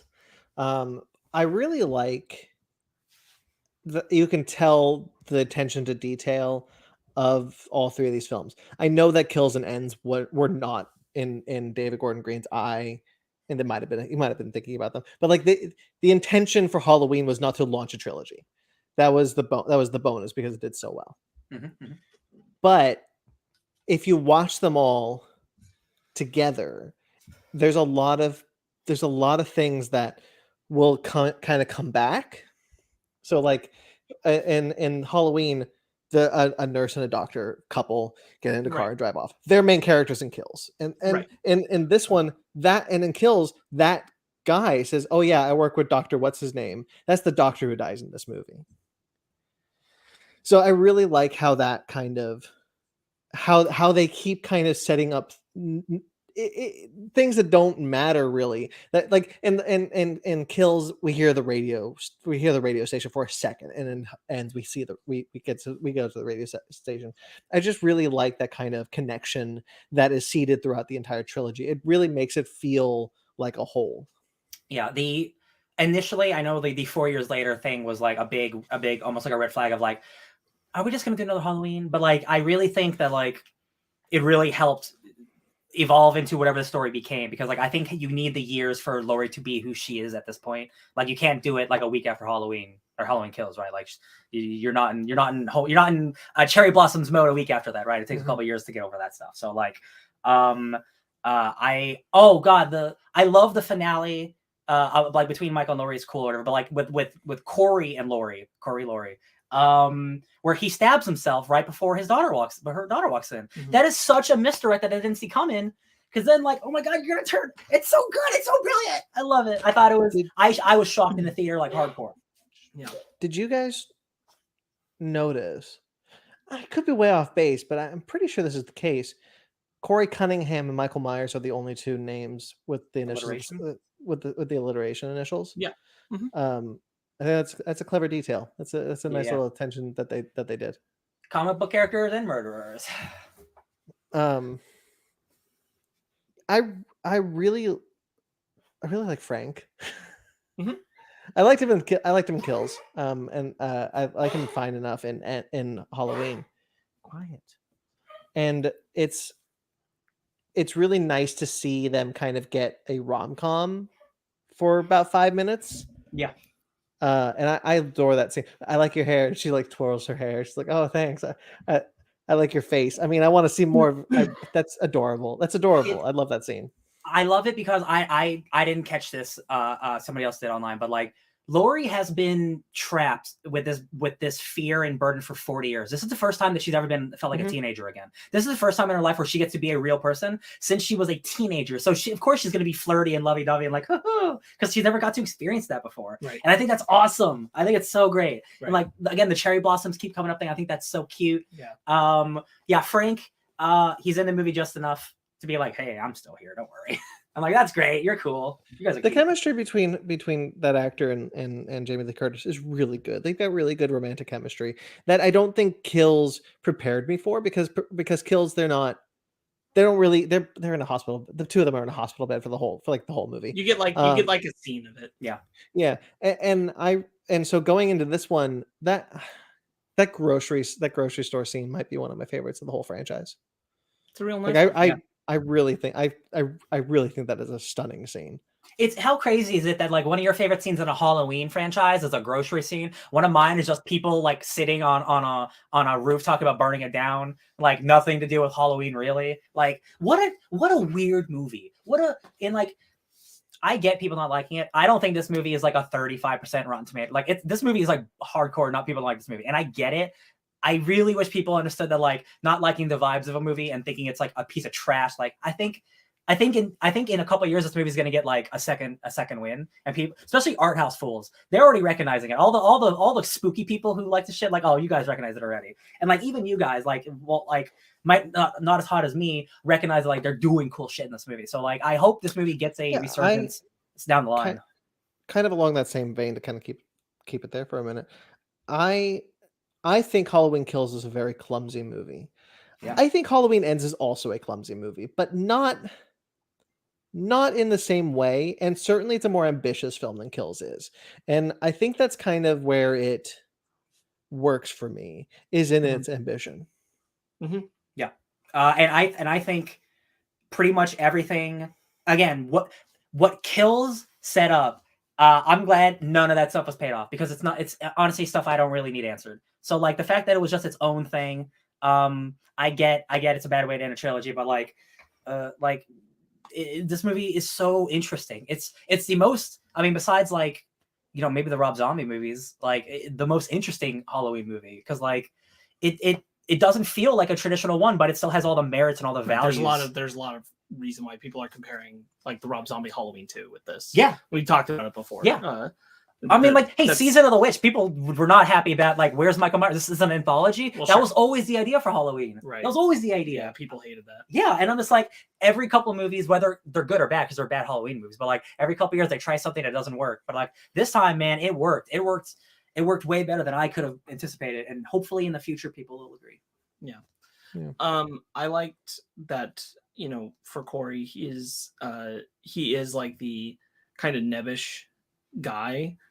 Again, like this is a very 80s kind of style story, and becomes the cool bad boy with the leather jacket and motorcycle thing. But they don't, I want to find the right way to say it, because glamorize it isn't really what I'm trying to go for, but like he's not cool now, you know? Like he looks cool. He looks cool, but he's not cool. Like, you know, they didn't put on a pedestal the like changing yourself to become this and taking revenge / murdering your is a good thing. As a good thing, which is like something a lot of like those 80s tropes would, like when you change like it like getting the upper hand of the other guys. Yeah, you're so cool, and like it is net positive in its portrayal, and this ultimately is not. And I think I was nervous partway into the movie of us entering that territory, and I'm glad we didn't. Like it takes Corey down as far as it needs to. Absolutely. For it. The final battle between Michael and Laurie, I thought it was fine. Like, it's not like the most extravagant thing, but also again, like they're two 70-year-old people. Like I don't need it to be extravagant. Because you brought it up, I will speak to that, because I think that's kind of the most disappointing part of this movie for me. And Sparks brought this up really succinctly. There was no good way to market this movie. The way this movie is marketed, if you wanted that movie, going to be disappointed. I'm not saying I did, but I will say that because we have 2018, which I think is a very good, like, it's that final confrontation of Michael Myers and Laurie Strode. It's not in the regards of this trilogy, but it's a good scene. I really like how that scene plays out. I really like all the action bits that they do in it. I think that's awesome. I think Halloween 2018. I think Halloween, the movie rules. But going from that to just kind of a kitchen scuffle is a little disappointing. I won't lie. Sure. And that's kind of, I'm not saying I wanted a big epic fight. I don't know. That one is the one where I was kind of, or I wasn't jiving. Sure. Right. When we're talking about jiving. But I do like how Michael is dispatched. I like the quietness of it. I like the kind of definitive, kind of calmingness that it gives Laurie. I like that. Yeah. So for me, I did not like the marketing. I'm glad there's not a good scenario here, because again, like, these aren't two 25-year-olds, and Michael, like, I guess the age doesn't really matter because that can be tough. But like, I don't need a 25-minute extended brawl between these two people. I don't need a 10-minute brawl between these two people. What people wanted this last movie to just be these two fighting for like the entire movie, and I find that to be extremely boring. Her fighting Michael is not interesting to me. I have no interest in them duking it out, because I've seen it for almost 40 years at this point. We talked about it in Halloween Kills, like, because Halloween Kills overpowers Michael. Like, Halloween 2018 brings Michael back to basics. Halloween Kills brings him back up to this kind of super strong monster and whatever. But like, that Michael Myers coming out of Halloween Kills, Laurie Strode is no match for that Michael Myers. There's no way that Laurie could win that fight. Like, he's also been like, he was shot a bunch and he's been living in a sewer, so I don't think he's at 100% either. Well, but that's what I'm saying. He wouldn't be living in a sewer then, I think. That's what I think this film, I think smartly is the right word. Smartly does, which is bring Michael back down to the level of that Laurie could beat him. Sorry. I think that works. I think importantly, like, Laurie doesn't beat him. That's the important. Allison is the only reason Laurie wins. Yep. Yeah. Laurie doesn't win on her own. Laurie is going to let herself die at that moment, y'all. Right. If everyone, Michael, if Michael choked her out, he probably would have gotten up and gotten away. Yeah. He probably would have. Well, he's still. The implication is that no matter what, that cut in his throat, he will die. She hadn't cut him in the throat yet by that point. Yeah, she had. She cut him in the throat. And I thought she did that after Allison was there. No, so he cuts it. So she cuts him in the throat, and then he rips his hand through the knife Yeah. to strangle her. And she's just And willing to die with him. And so he's still dying. You see him gurgling, you hear him choking. And so he's strangling her. That's when Allison comes to break the thing, and then he cuts her again in the arm. Yeah, I do believe, yeah, he would have died. But I think like she was like, this is the end for both of us. It's a Horcrux moment, baby. We're all gonna die together. I mean, just in Halloween movies, if they wanted, Michael can live through. Oh, that. absolutely. Like that's the thing. Yeah. It's like no, I'm sorry. I will subscribe to that. Allison coming in is the only reason that Michael. I mean, I'll buy that too. That night. And Laurie beats him. I do think I don't have a problem with the kitchen scuffle thing. Ultimately, honestly, like my only issue, honestly, with the ending of the film and that whole bit is that just the structure of the film, the way the tone of the film and what they were doing with the story feels, it does feel like we suddenly go, okay, now we're going to switch to a traditional, more focused on the things from the previous film. We are just like flipping the switch. Here we go. Different movie going on for these next like 10 minutes, guys. And that's just a vibe. That's just a vibe that I feel when we flip away from Corey and now it's on Michael and Laurie and it's on the dispatchment of Michael. We have riveted back to the feel of Halloween Kills, almost in spite of not maintaining the exact vibe of what we had going on before up to that point. These things, it's almost like, it's almost in some ways the afterthought of the film. For the story the film was telling. Like ultimately the story the film was telling, right, is kind of done when Corey's done. The film, the whole movie, the trilogy story is done when Michael's killed. Honestly, at the end of this movie. I don't have a problem with it, but it does feel like we need to do something with Michael or else the fans will be pissed. So let's literally it's a vibe. It's a vibe thing where it feels like, oh, and then we had to keep going for this bit that has to be here because this is the end of the trilogy, so we have to do this here. But it wasn't really the story of this movie. I think you're right that it does feel a little tacked on. It does feel like an afterthought. But I think you also brought up that it almost has to happen because you got to end the trilogy. Whereas I think you're absolutely right in everything you're saying. So I'm really just kind of repeating what you said badly. But like the idea of like, yeah, Corey's death is really the end of this movie. If what the movie that the story that Halloween ends is telling, that ends with Corey dies. The movie the story the trilogy was telling has to end also, right? So they also tack on the Michael Myers. And by the way, I think the crushing him is awesome. So I want to be specific that it's the fight with Michael and the dispatchment of Michael at the junkyard. Those are the parts I'm talking about. The stuff after with Laurie and Frank or Allison leaving Haddonfield, that is still in tone of the movie we were telling before with Corey and everything. It's this section where we're like, we gotta go out of our way. We gotta go throw him in the grinder and show it. That is not in tone of what we were doing about Corey. Halloween ends. We have changed to say like, oh yeah, but also Michael Myers, guys, and like, oh yeah, okay. And it's just a weird shift in mood. This is again one of those things where I'm like, you take the story of Corey, you flip it around, you put kills here, and this ending makes more sense thematically with the town confronting Michael in kills. It makes more connective tissue to that as the ultimate culmination of that fight, not the fight with Corey. Because what the whole like, you know, this is how we do things. It is tonight, and they strap him up on the car and they kind of parade him through the town.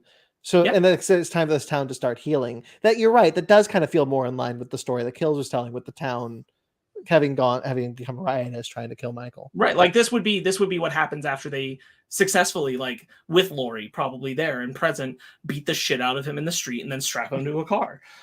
This should have happened if it were flipped, right? Like that Karen leads him into the trap and they get on him and they jump him and they beat the shit out of him. They strap him to the car, take him to the junkyard. The story's over. You know, it's not a detriment really to the film.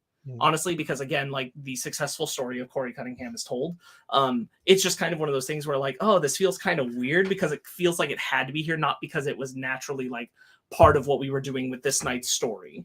But I do like Laurie fighting Michael. I do like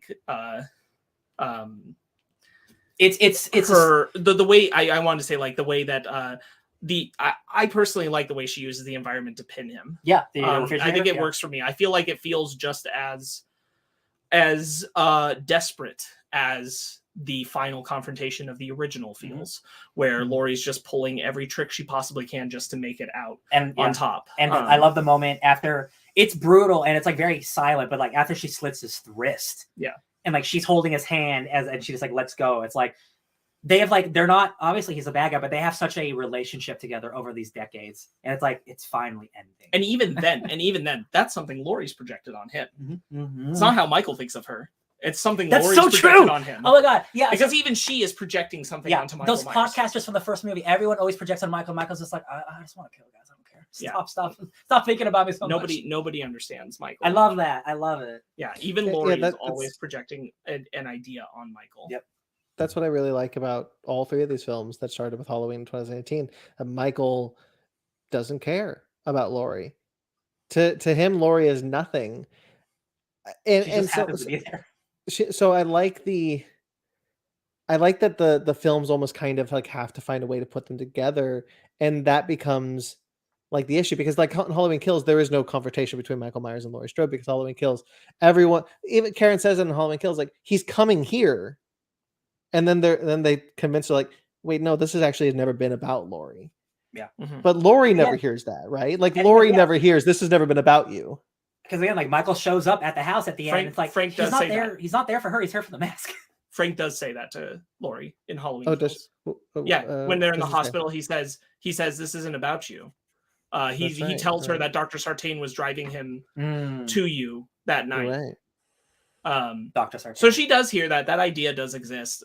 It's just not, and you could argue that that's part of how Laurie's able to move on for this movie. But it doesn't change the fact that for Laurie, he still is something. She has manifested him to something. That's something you can't let go of. No, like, not after 40 years. You can't let go of it after 4 years. You're right. It's like looking at a abuser who's death and kind of finding closure in your trauma, because that's what these movies have all been about. These 3 movies have all been about, is about Laurie's trauma, the town's trauma, Corey's trauma, with these idea that while Michael kind of exists as an amalgamous boogeyman, he has had such a dark stain on the people who have crossed his path. You know, that's what Kills is about.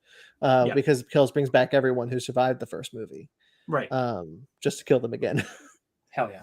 That's one of those things. It's like, oh, imagine if those characters could have been peppered in with this Corey story, and then we get the like final come up on them on Kills. That brings up a good point. Like, I totally understand it, but I kind of wish that our radio personality guy had been present from the beginning up to 2018. So we were always kind of hearing his voice in the background. Yeah. And then we finally see him in this one.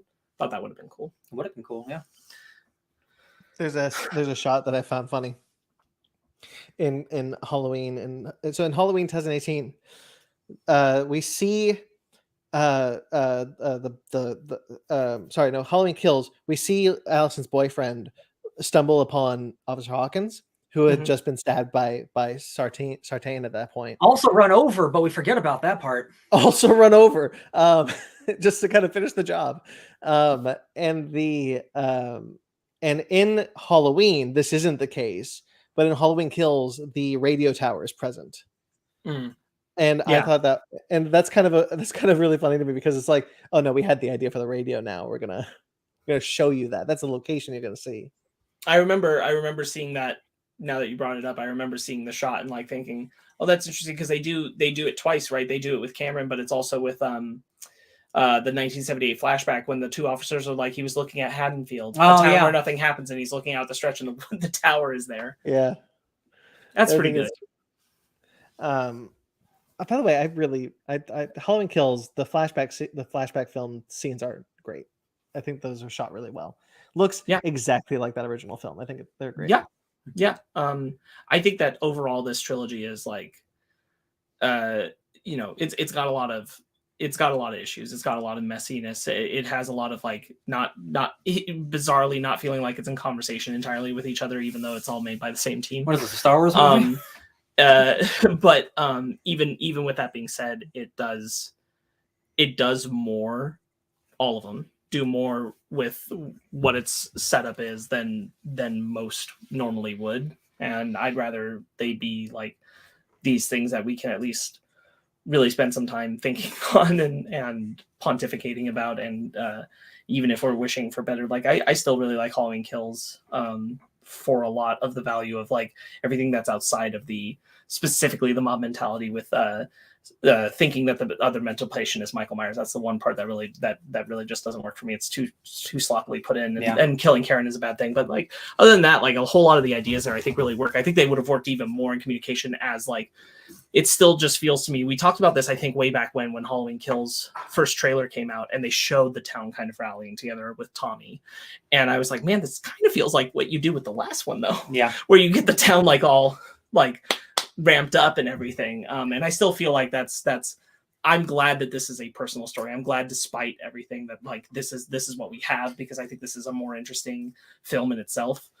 For the trilogy itself, I just wish everything was kind of rejiggered to communicate with each other better. It's after Halloween 2018, it's like it's a franchise. Like Halloween is a franchise as much as I wish it was just like a small thing that like it has become a franchise that lots of people watch. A little more for Quadrant, but it's still Halloween. This is not for Quadrant at all.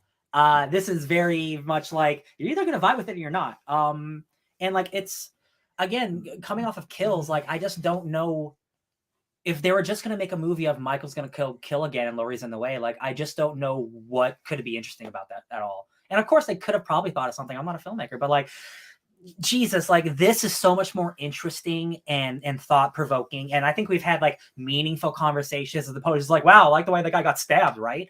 And that's not something we usually do in a Halloween movie. Not that I need it to be in every Halloween movie, but like this is a big swing for a movie, for a franchise like this. And I'm just like, I really wish this was the case where people swung with it, but a lot of people are against it, and that's fine. I do think this movie has a lot going for it, and I do think in the next couple of years it will be reevaluated and like, no dude, that movie rules. Talking about bringing up, kind of bouncing off what you just said, like we've also talked about some of the kills in this movie, but as they pertain to character arcs, which I don't remember doing for Halloween Kills. I think that's really cool. But I want to say the death of the radio guy is awesome. And I love the tongue spinning on the turntable. I think that's great. Practical tongue. Yeah. I'm very happy with that kill. And it's fun that you get to hear on the radio as it's happening, the music breaking apart. The kills in this are pretty good. Not like the most inventive, but like they're all really good and they all look good. I'm so shocked that this was like such a character-driven movie, while still being a pretty good Halloween movie. I'm really intrigued.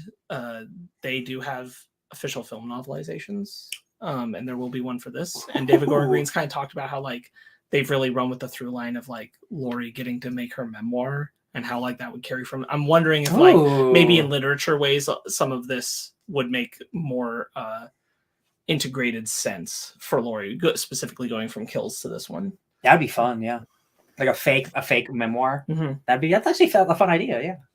David Gordon Green's talked about how a lot of like ideas either they didn't have time for, or maybe they decided just didn't work for the film format. He knows have been taken over to the novelizations. That's interesting. I love that. Yeah, I really liked the I really like what all three films are trying to do thematically, but what this film is trying to do thematically. And I just think that the whole idea of evil as a cancer that's spreading through the town, that every year is getting worse because we see like people die. At least one person died every Halloween since Michael Myers disappeared.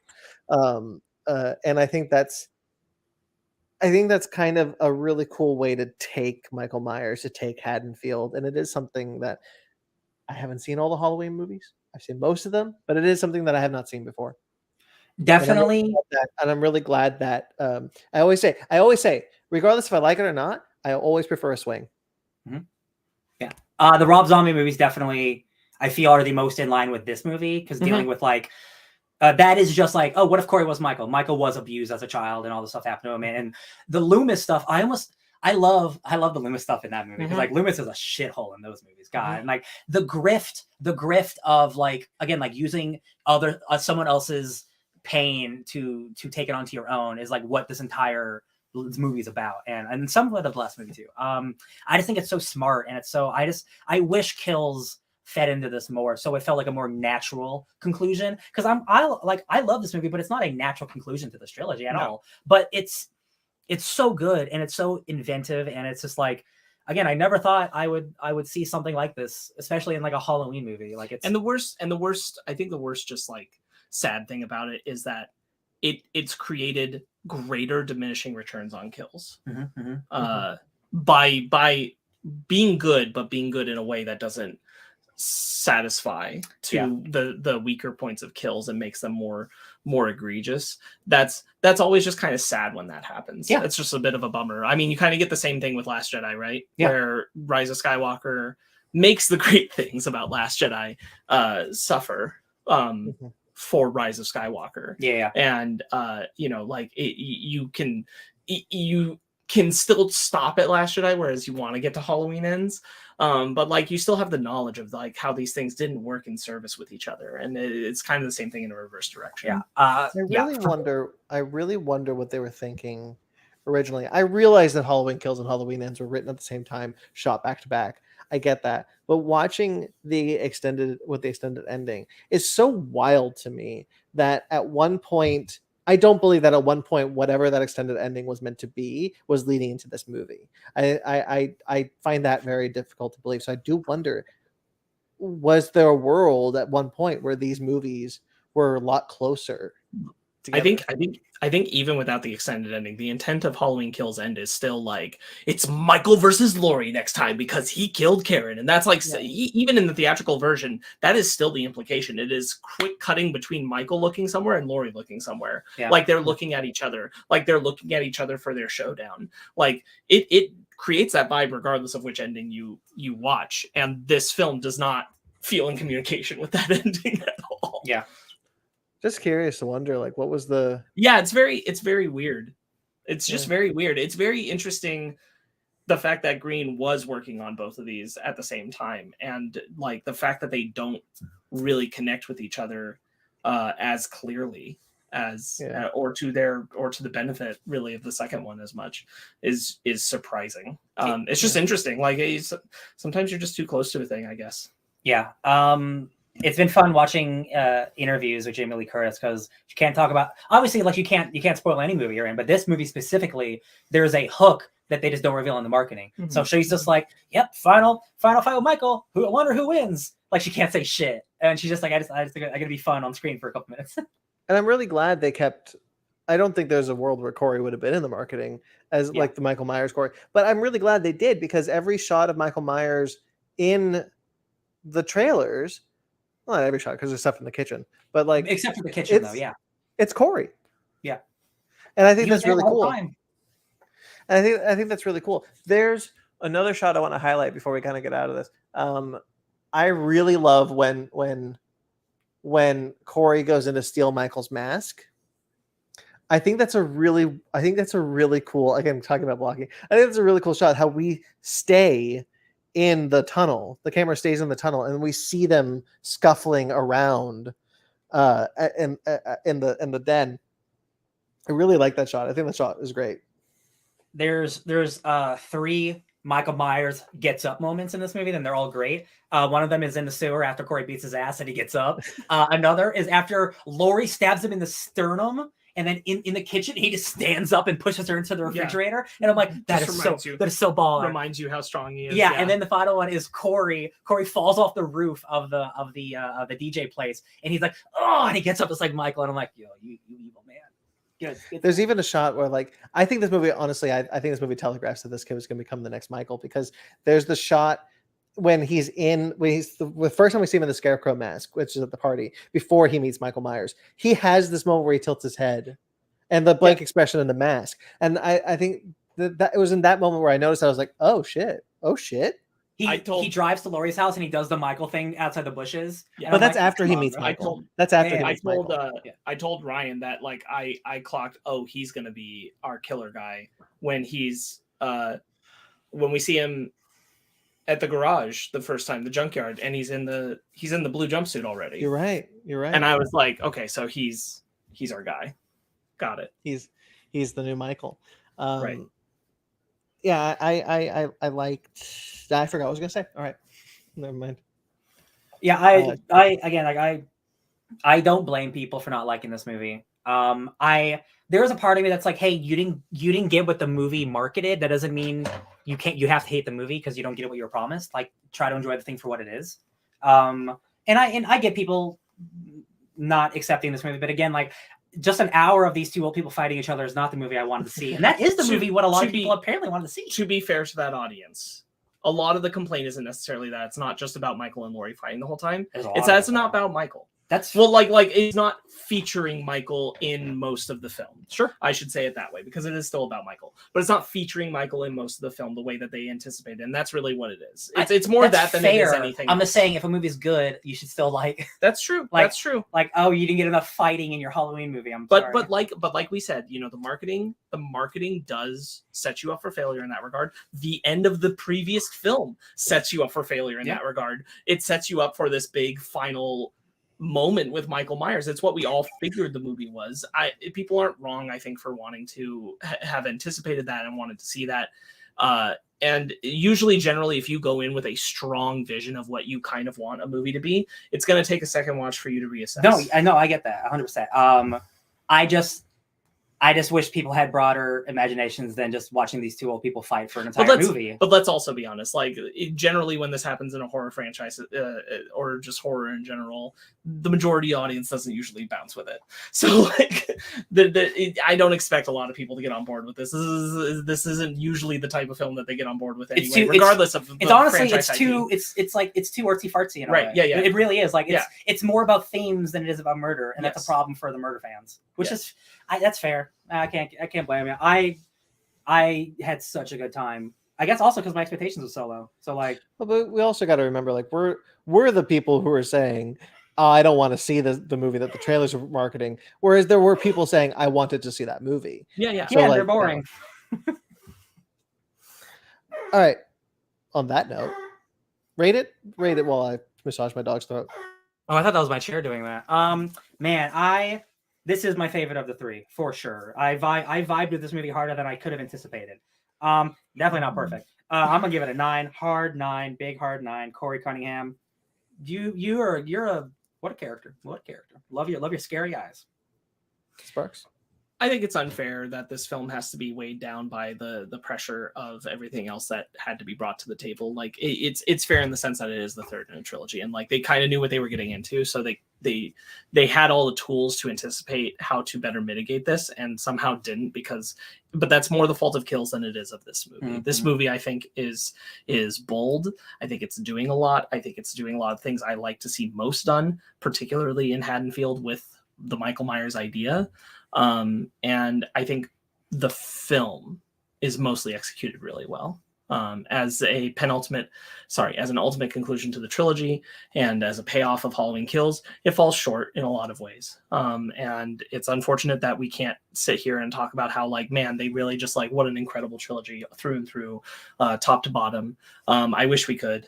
I really desperately wish we could have seen the version of these that would have come out without the pandemic, because I think that is, especially, I think now having seen this, Kills suffers most from that pandemic change and the political climate of the time infecting the idea of what that movie was doing. Yeah, and I think a reevaluation of like how these elements could have worked together would have made for stronger things. But this film itself is doing such good stuff, and I think if you're picking up on all of it, even if some of it isn't quite all the way there, or it's not serviced completely by its broader aspects, it's still really good and a treat to watch. So it's a 9. Yay! Hell yeah! I started this review by saying I wasn't too sure how I felt about this movie. While I do agree with some of your points about some of the negatives that I said in the beginning, after a while there wasn't too many negatives I had to say. They are still present for me, but that doesn't diminish what I think this movie is trying to do. And while I do think it is clumsy, it's not as clumsy as Kills. And because of that, it's it's allowing itself to take a swing that I would prefer them to do. Even if clumsy, even if it didn't work, I would have still preferred the swing. And I do prefer that they did try to do something different. They tried to make this trilogy about themes, about really. It's weird to say about something because I realize that the first film is trying to be about something, but like the idea of like it's not just trying to completely do just do a Michael Myers versus Laurie Strode movie. It is trying to be about something. It's trying to kind of be about that trauma. And I think that's all present throughout the three films. And the way they do it in this film, I think is very engaging. As Ryan said, it brought a lot of good conversations. And at the end of the day, I would prefer that to honestly to Kills, because I don't think our conversation on Kills was quite as thoughtful, quite as engaging as our conversation with Ends. And I think that's a testament to what this movie is doing and what this movie is doing well. I was worried.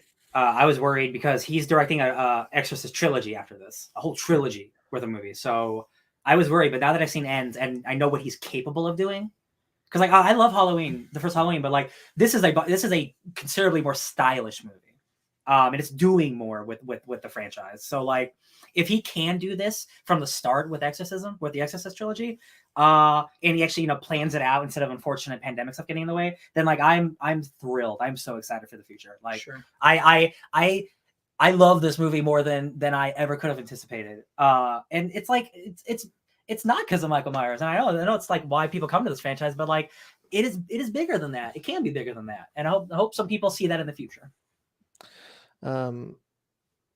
Yeah, I think that again, just to kind of bounce me back into what I was trying to say, like the idea of like what the swing that this film takes is engaging, and I'm happy it exists, and I'm happy they did it.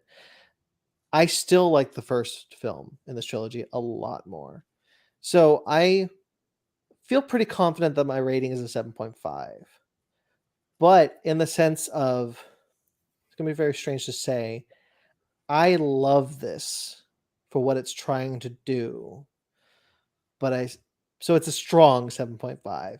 It's a 7.5 that feels like a 9, if that makes sense. Like there's two kind of senses that I have about this movie where I just feel like it's a 7.5, but like there is a lot that I very much loved in this film, and I prefer it to exist than anything else. It's a 9 in a vacuum for you. Yeah, probably. But it's 7.5. All right, book club. I just wanted to touch on real quick that we didn't touch on the font styles, what they're doing Halloween. Oh yeah, 1, 2, 3. The 1, 2, 3, and the people talking about that, which I think they absolutely should. I thought the blue Halloween 3 season, which callback was really great. It makes me wonder if like part of the problem here was maybe a commitment too much to the idea of this is the one that has to be like 3, where it's branching away from the idea of Michael, just like 3 did. Mm-hmm. And maybe to the detriment of like what thematically they were doing with the trilogy. Like the second one has to be the one that takes place on the same night, just like Halloween 2. And the third one has to be the one that maybe, might be part of it. Maybe. I'm just wondering if like, we'll never have the answer, but maybe that they got too married to that concept that it blurred them away from the story they were telling thematically and how it all worked together. Maybe. I don't mind. Yeah. Also, I realized we didn't talk about the last shots. I really like the last shots of this movie mirroring the first Halloween film, but we don't hear the breathing. Mm-hmm. And playing Blue Oyster Cult, I thought was a plus choice. 100% A plus choice. The Reaper. Yeah. Really, really liked it. Super weird that Laurie kept the mask. Okay, now I'm done. Yeah, that is an interesting shot. I'm going to split the difference and just say that it's an 8. It's an 8 out of 10. There it is. Brandon, you can feel how you feel, my man. Well, I do, and I said an 8 out of 10. Love it. An 8 out of 10. Shall we do our book club? Frankenstein.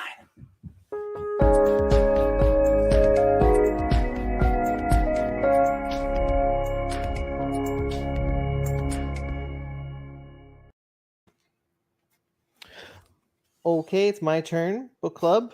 So I chose Frankenstein Alive Alive, the complete collection by Steve Niles and Bernie Wrightson, with extra art. And they say what do they say exactly? They say additional art by Kelly Jones, but I do think it's probably accurate to just say he's the fourth issue artist, pretty much. Yeah. All right, so this is a sequel to Frankenstein, the Mary Shelley Frankenstein. Bernie Wrightson. There's a beautiful kind of tribute to Bernie Wrightson in the beginning of this book that I have. This, by the way, took 4 years to come out because of Bernie Wrightson's incredible artwork and the fact that he got sick. So this was out for a while, and Steve Niles writes this beautiful kind of introduction to it where he talks about, like, I'm credited as the writer, but this was Bernie's thing. Like, this was something that this was something that he thought of. This was something that he mapped out. I just put words to page, and I think that's really beautiful. Yeah. So what do we think about this? What do you think, Sparks? Excuse me. Sorry. I really, really like it. I mean, I like Wrightson's art for Frankenstein a lot. Brandon knows this. I have a hardcover, I think you know it too, hardcover copy of Frankenstein. Jesus. Hardcover copy of Frankenstein, which is the book with Bernie Wrightson's art interspersed for some of the pages, moments from the book. Really just exceptional stuff. And I love to see that get carried over here.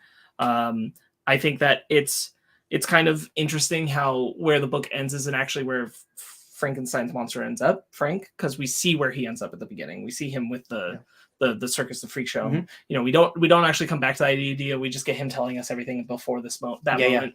And I thought that was kind of interesting that we don't return.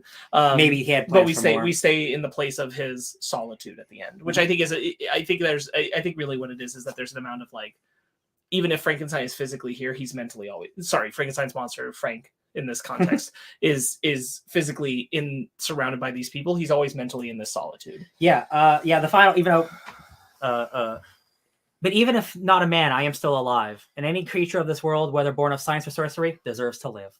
And that's beautiful. Because you're being told, like, as he's surrounded by all these people, like the story of the last time he had a friend. And it didn't go good. And like he felt that, like, this is going bad. Oh, this is going really bad. Oh, you're giving me bad my creator vibes. Doctor and babies. I do love the interpretation of, like, Victor haunting him. I think that's all done really well. I really love the look of him when he's Captain America. When he emerges from the molten, he has no hair, and he's like renewed in a sense. And comes out. I thought that was really cool. I just love his interpretation of the creature. I think it's really good. Yeah, my only negative on this book is it's way shorter than I thought it was going to be. This is only like 4 issues, and I'm like, I read this thing so fast, and I'm like, I want more. I needed more. It's a really lovely story about what happened to Frankenstein after his time with Vic. He goes on some adventures, meets some great people, some bad people. I love just the interpretation of the monster, things that we get, like just like an animal, I imprinted on Victor. I couldn't help it. Like, this is a part of my connection, and I think, like, the interpreted voice and visualization for the monster is just so in line with classic Frankenstein. It feels very, very natural continuance to me. I really love the book Frankenstein. It's my favorite of those kind of classic horror novels. The Draculas, the Invisible Mans, the Jekyll and Hydes. The creature from the lagoons. Frankenstein is my favorite. I adore that book. It's the only book that I didn't cheat my way through in high school. I read that book front and back. I was so enraptured with it. And so I was really interested in Wrightson doing this, and I waited for the trade. I'm really glad I did. I love this. I think it's really cool to see Frank kind of have a good life for a minute and then kind of flash back to. And I think it's strange that we don't end there. But I really like everything about this book. I think this book is gorgeous. I love the story it's telling with the doctor, who's just trying to save his wife, The way they visualize whatever ailment the wife has, kind of this between life and death. She has got dead eyes. She is dead for all intents and purposes. And I really like how that is told. And I thought we were gonna get some Bride of Frankenstein stuff going on with this. I thought like I'm undead. Maybe I can help her come back to life or something. But that wasn't. Mhm. I think the poetry. I think this is, I'm a big Alan Moore fan. He writes really poetic. This is my favorite little section that he wrote. This is when he's talking over, I think her name's Dolly, who's the I have this too, yeah. You are also my victim, talking about like how I got you killed. You are also my victim. In your murder, my crimes are consummated. The miserable series of my being is wound to its close. It's so beautiful. Steve Niles, he's a great horror writer. He did 30 Days of Night, creator of that comic book. Perfect guy to do artwork with Bernie Wrightson. And they were friends. I also read that the forward thing that he talks about. Like, I never thought I have to write about this about my friend. Beautiful stuff. Just like this could have been so much, more epic and more action packed. And I'm glad that like it didn't have to be that. It could just be a beautiful story of this person trying to be alive. It's very tonally. Oh, sorry. Go ahead, Brandon. No, you go ahead. Totally. It's just very tonally of a piece with the original novel. It's very much the monster taking like the next steps of like its own contemplation of self and its sense of, regardless of all my desires, I will always ruin these lives around me. That is the weight I feel regardless. Like, it's never stated. There's no way to say for sure that seeing him caused her death. Yeah. But he has decided that is true. Just because of the horror that he knows he inflicts upon others. And I think that sentiment and I think the beauty of like Rachel being afraid of him and then coming to depend on him is really nice too. Go ahead, Brandon. Well, I was going to say, I really appreciate that what Wrightson really understands Frankenstein, right? But really understands what that story is about, what that story is trying to say. And he brings that same understanding to this story. This does feel like, there's tons of Frankenstein movies that are a sequel to the first one, although the first one takes a lot of liberties with the source material. There's tons of book sequels and comic book sequels, movie sequels. Hell, I Frankenstein, if anyone remembers that. Frankenstein is a member of like the Justice League in the DC universe right now or something. Yeah. So, like, and so what? I said Penny Dreadful, another interpretation. Very great one. And so and while a lot of those, it's really fun to have a lot of those, and some of those are really good. I really like that this feels like a true sequel to Mary Shelley's Frankenstein. This feels like the natural next story, and it works really well because where the story starts, having Frankenstein begin his story that he's telling us through the framing device of the circus. It basically is where the book ends. Because the book ends in the frozen tundra after Victor Frankenstein is dead, and this could be a day later. He's still in that tundra, and Victor Frankenstein starts haunting him, and he's trying to end it all. Or this could be a week later. But it feels very much of you could go from one to the other very easily.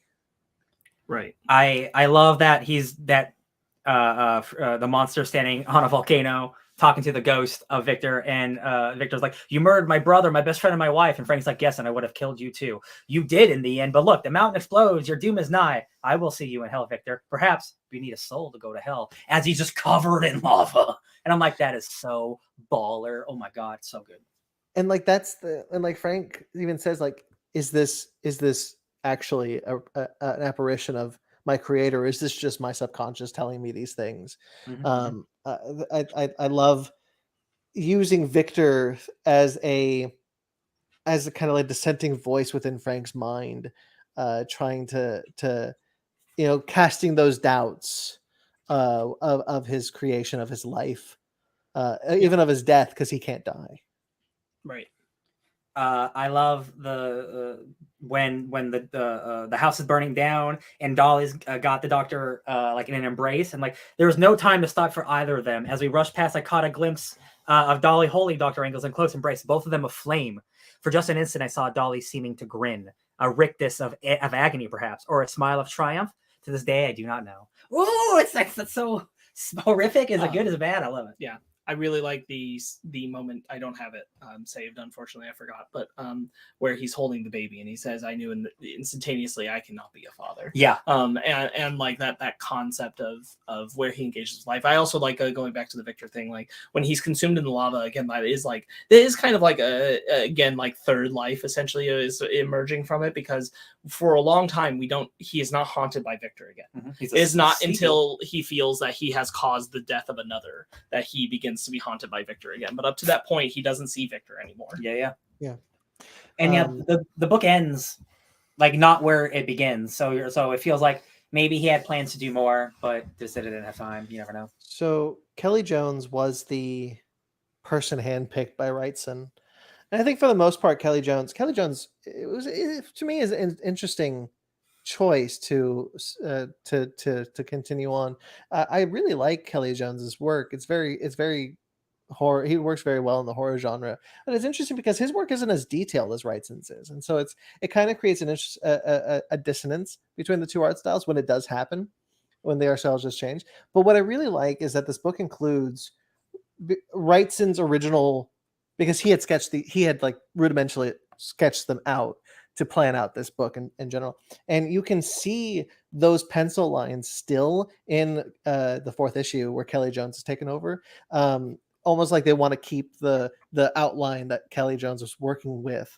And you see it, you can kind of compare the original Wrightson panels that he had already mapped out with what Kelly Jones did, and how closely Kelly Jones tried to keep it in line with what exactly Wrightson was working with. So it's kind of cool that Kelly Jones wasn't really working from nothing. He had something to work with.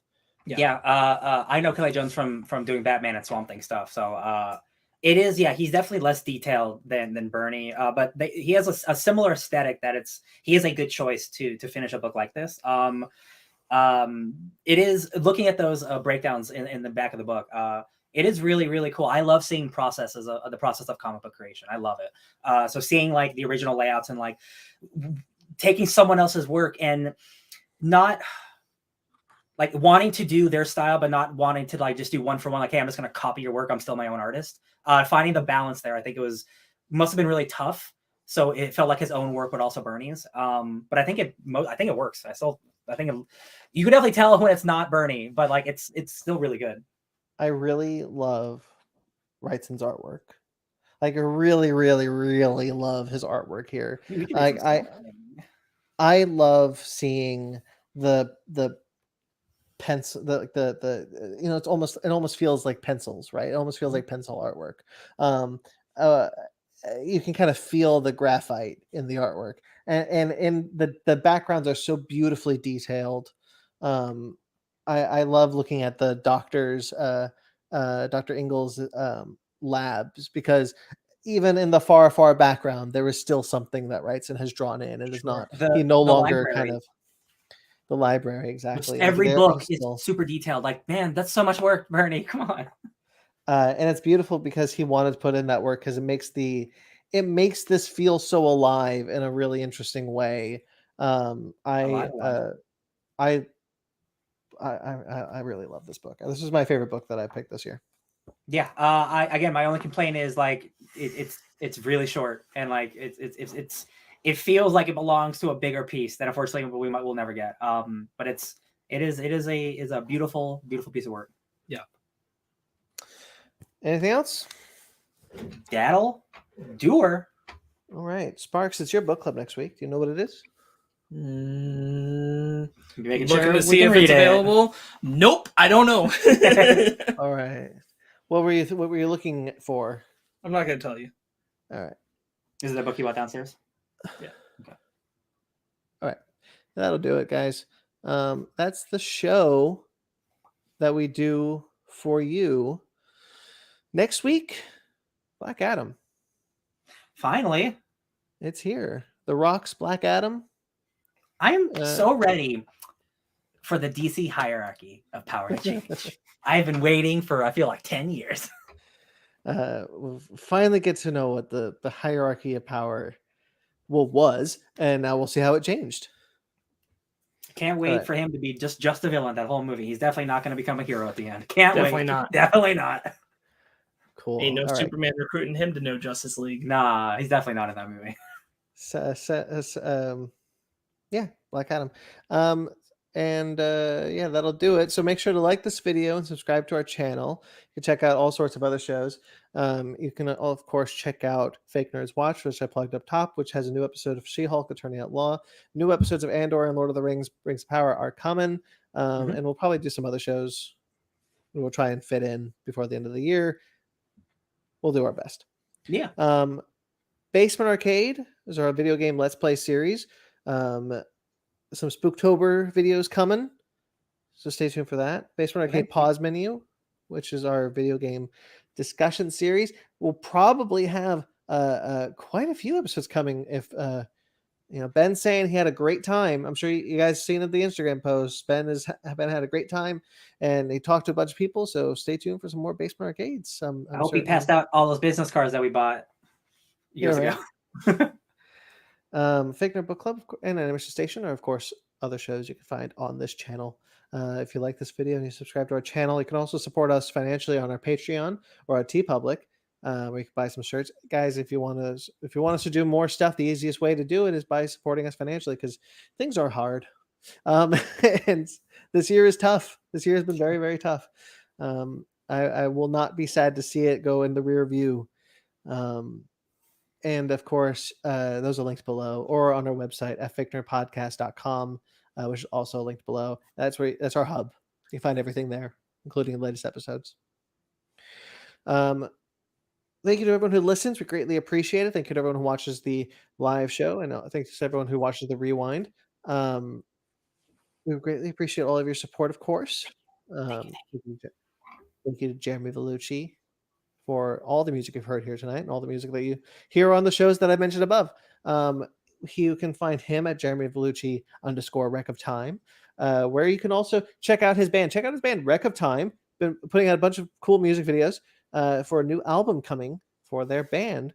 Or you can find his podcast, Suburban Proctologist, on facebook.com/Suburban Proctologist Official, or Instagram at SubProc Podcast, or you just subscribe to it on iTunes.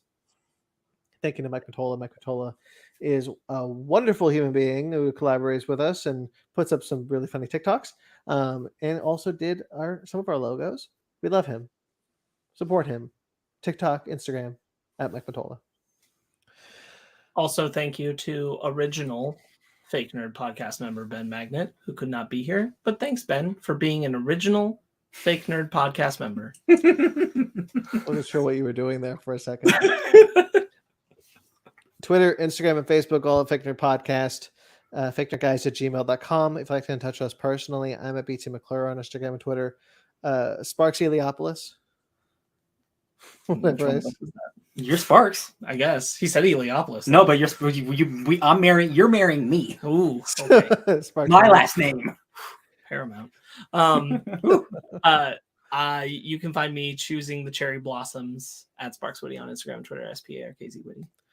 Ryan Heliopolis. You could find me accidentally shooting myself in the face with the Desert Eagle at DJ Tony Snark 616. I hate that kill. I know people like that kill. I hate that kill. I'm here for a good time, not a long time. I mean, you can find the Ben Magnet that we mentioned up top a little bit ago. Ben Magnet 27 on Instagram and Twitter. He also writes for Old School Gaming Magazine, Fusion Gaming Magazine, and GoNintendo.com. He's also very happy that the Dodgers lost. Please, everybody, go and share in praising the loss of the Dodgers. Oh, recently. at Ben Magnet 27. Yeah, he will get a kick out of it if you message him, please. Subscribe to us on iTunes. Don't be mean. Subscribe to us on iTunes, Stitcher, Google Play, TuneIn, Spotify, iHeartRadio, Amazon Music and Podcast, and Pandora. Rate and review wherever you get us. We greatly appreciate it.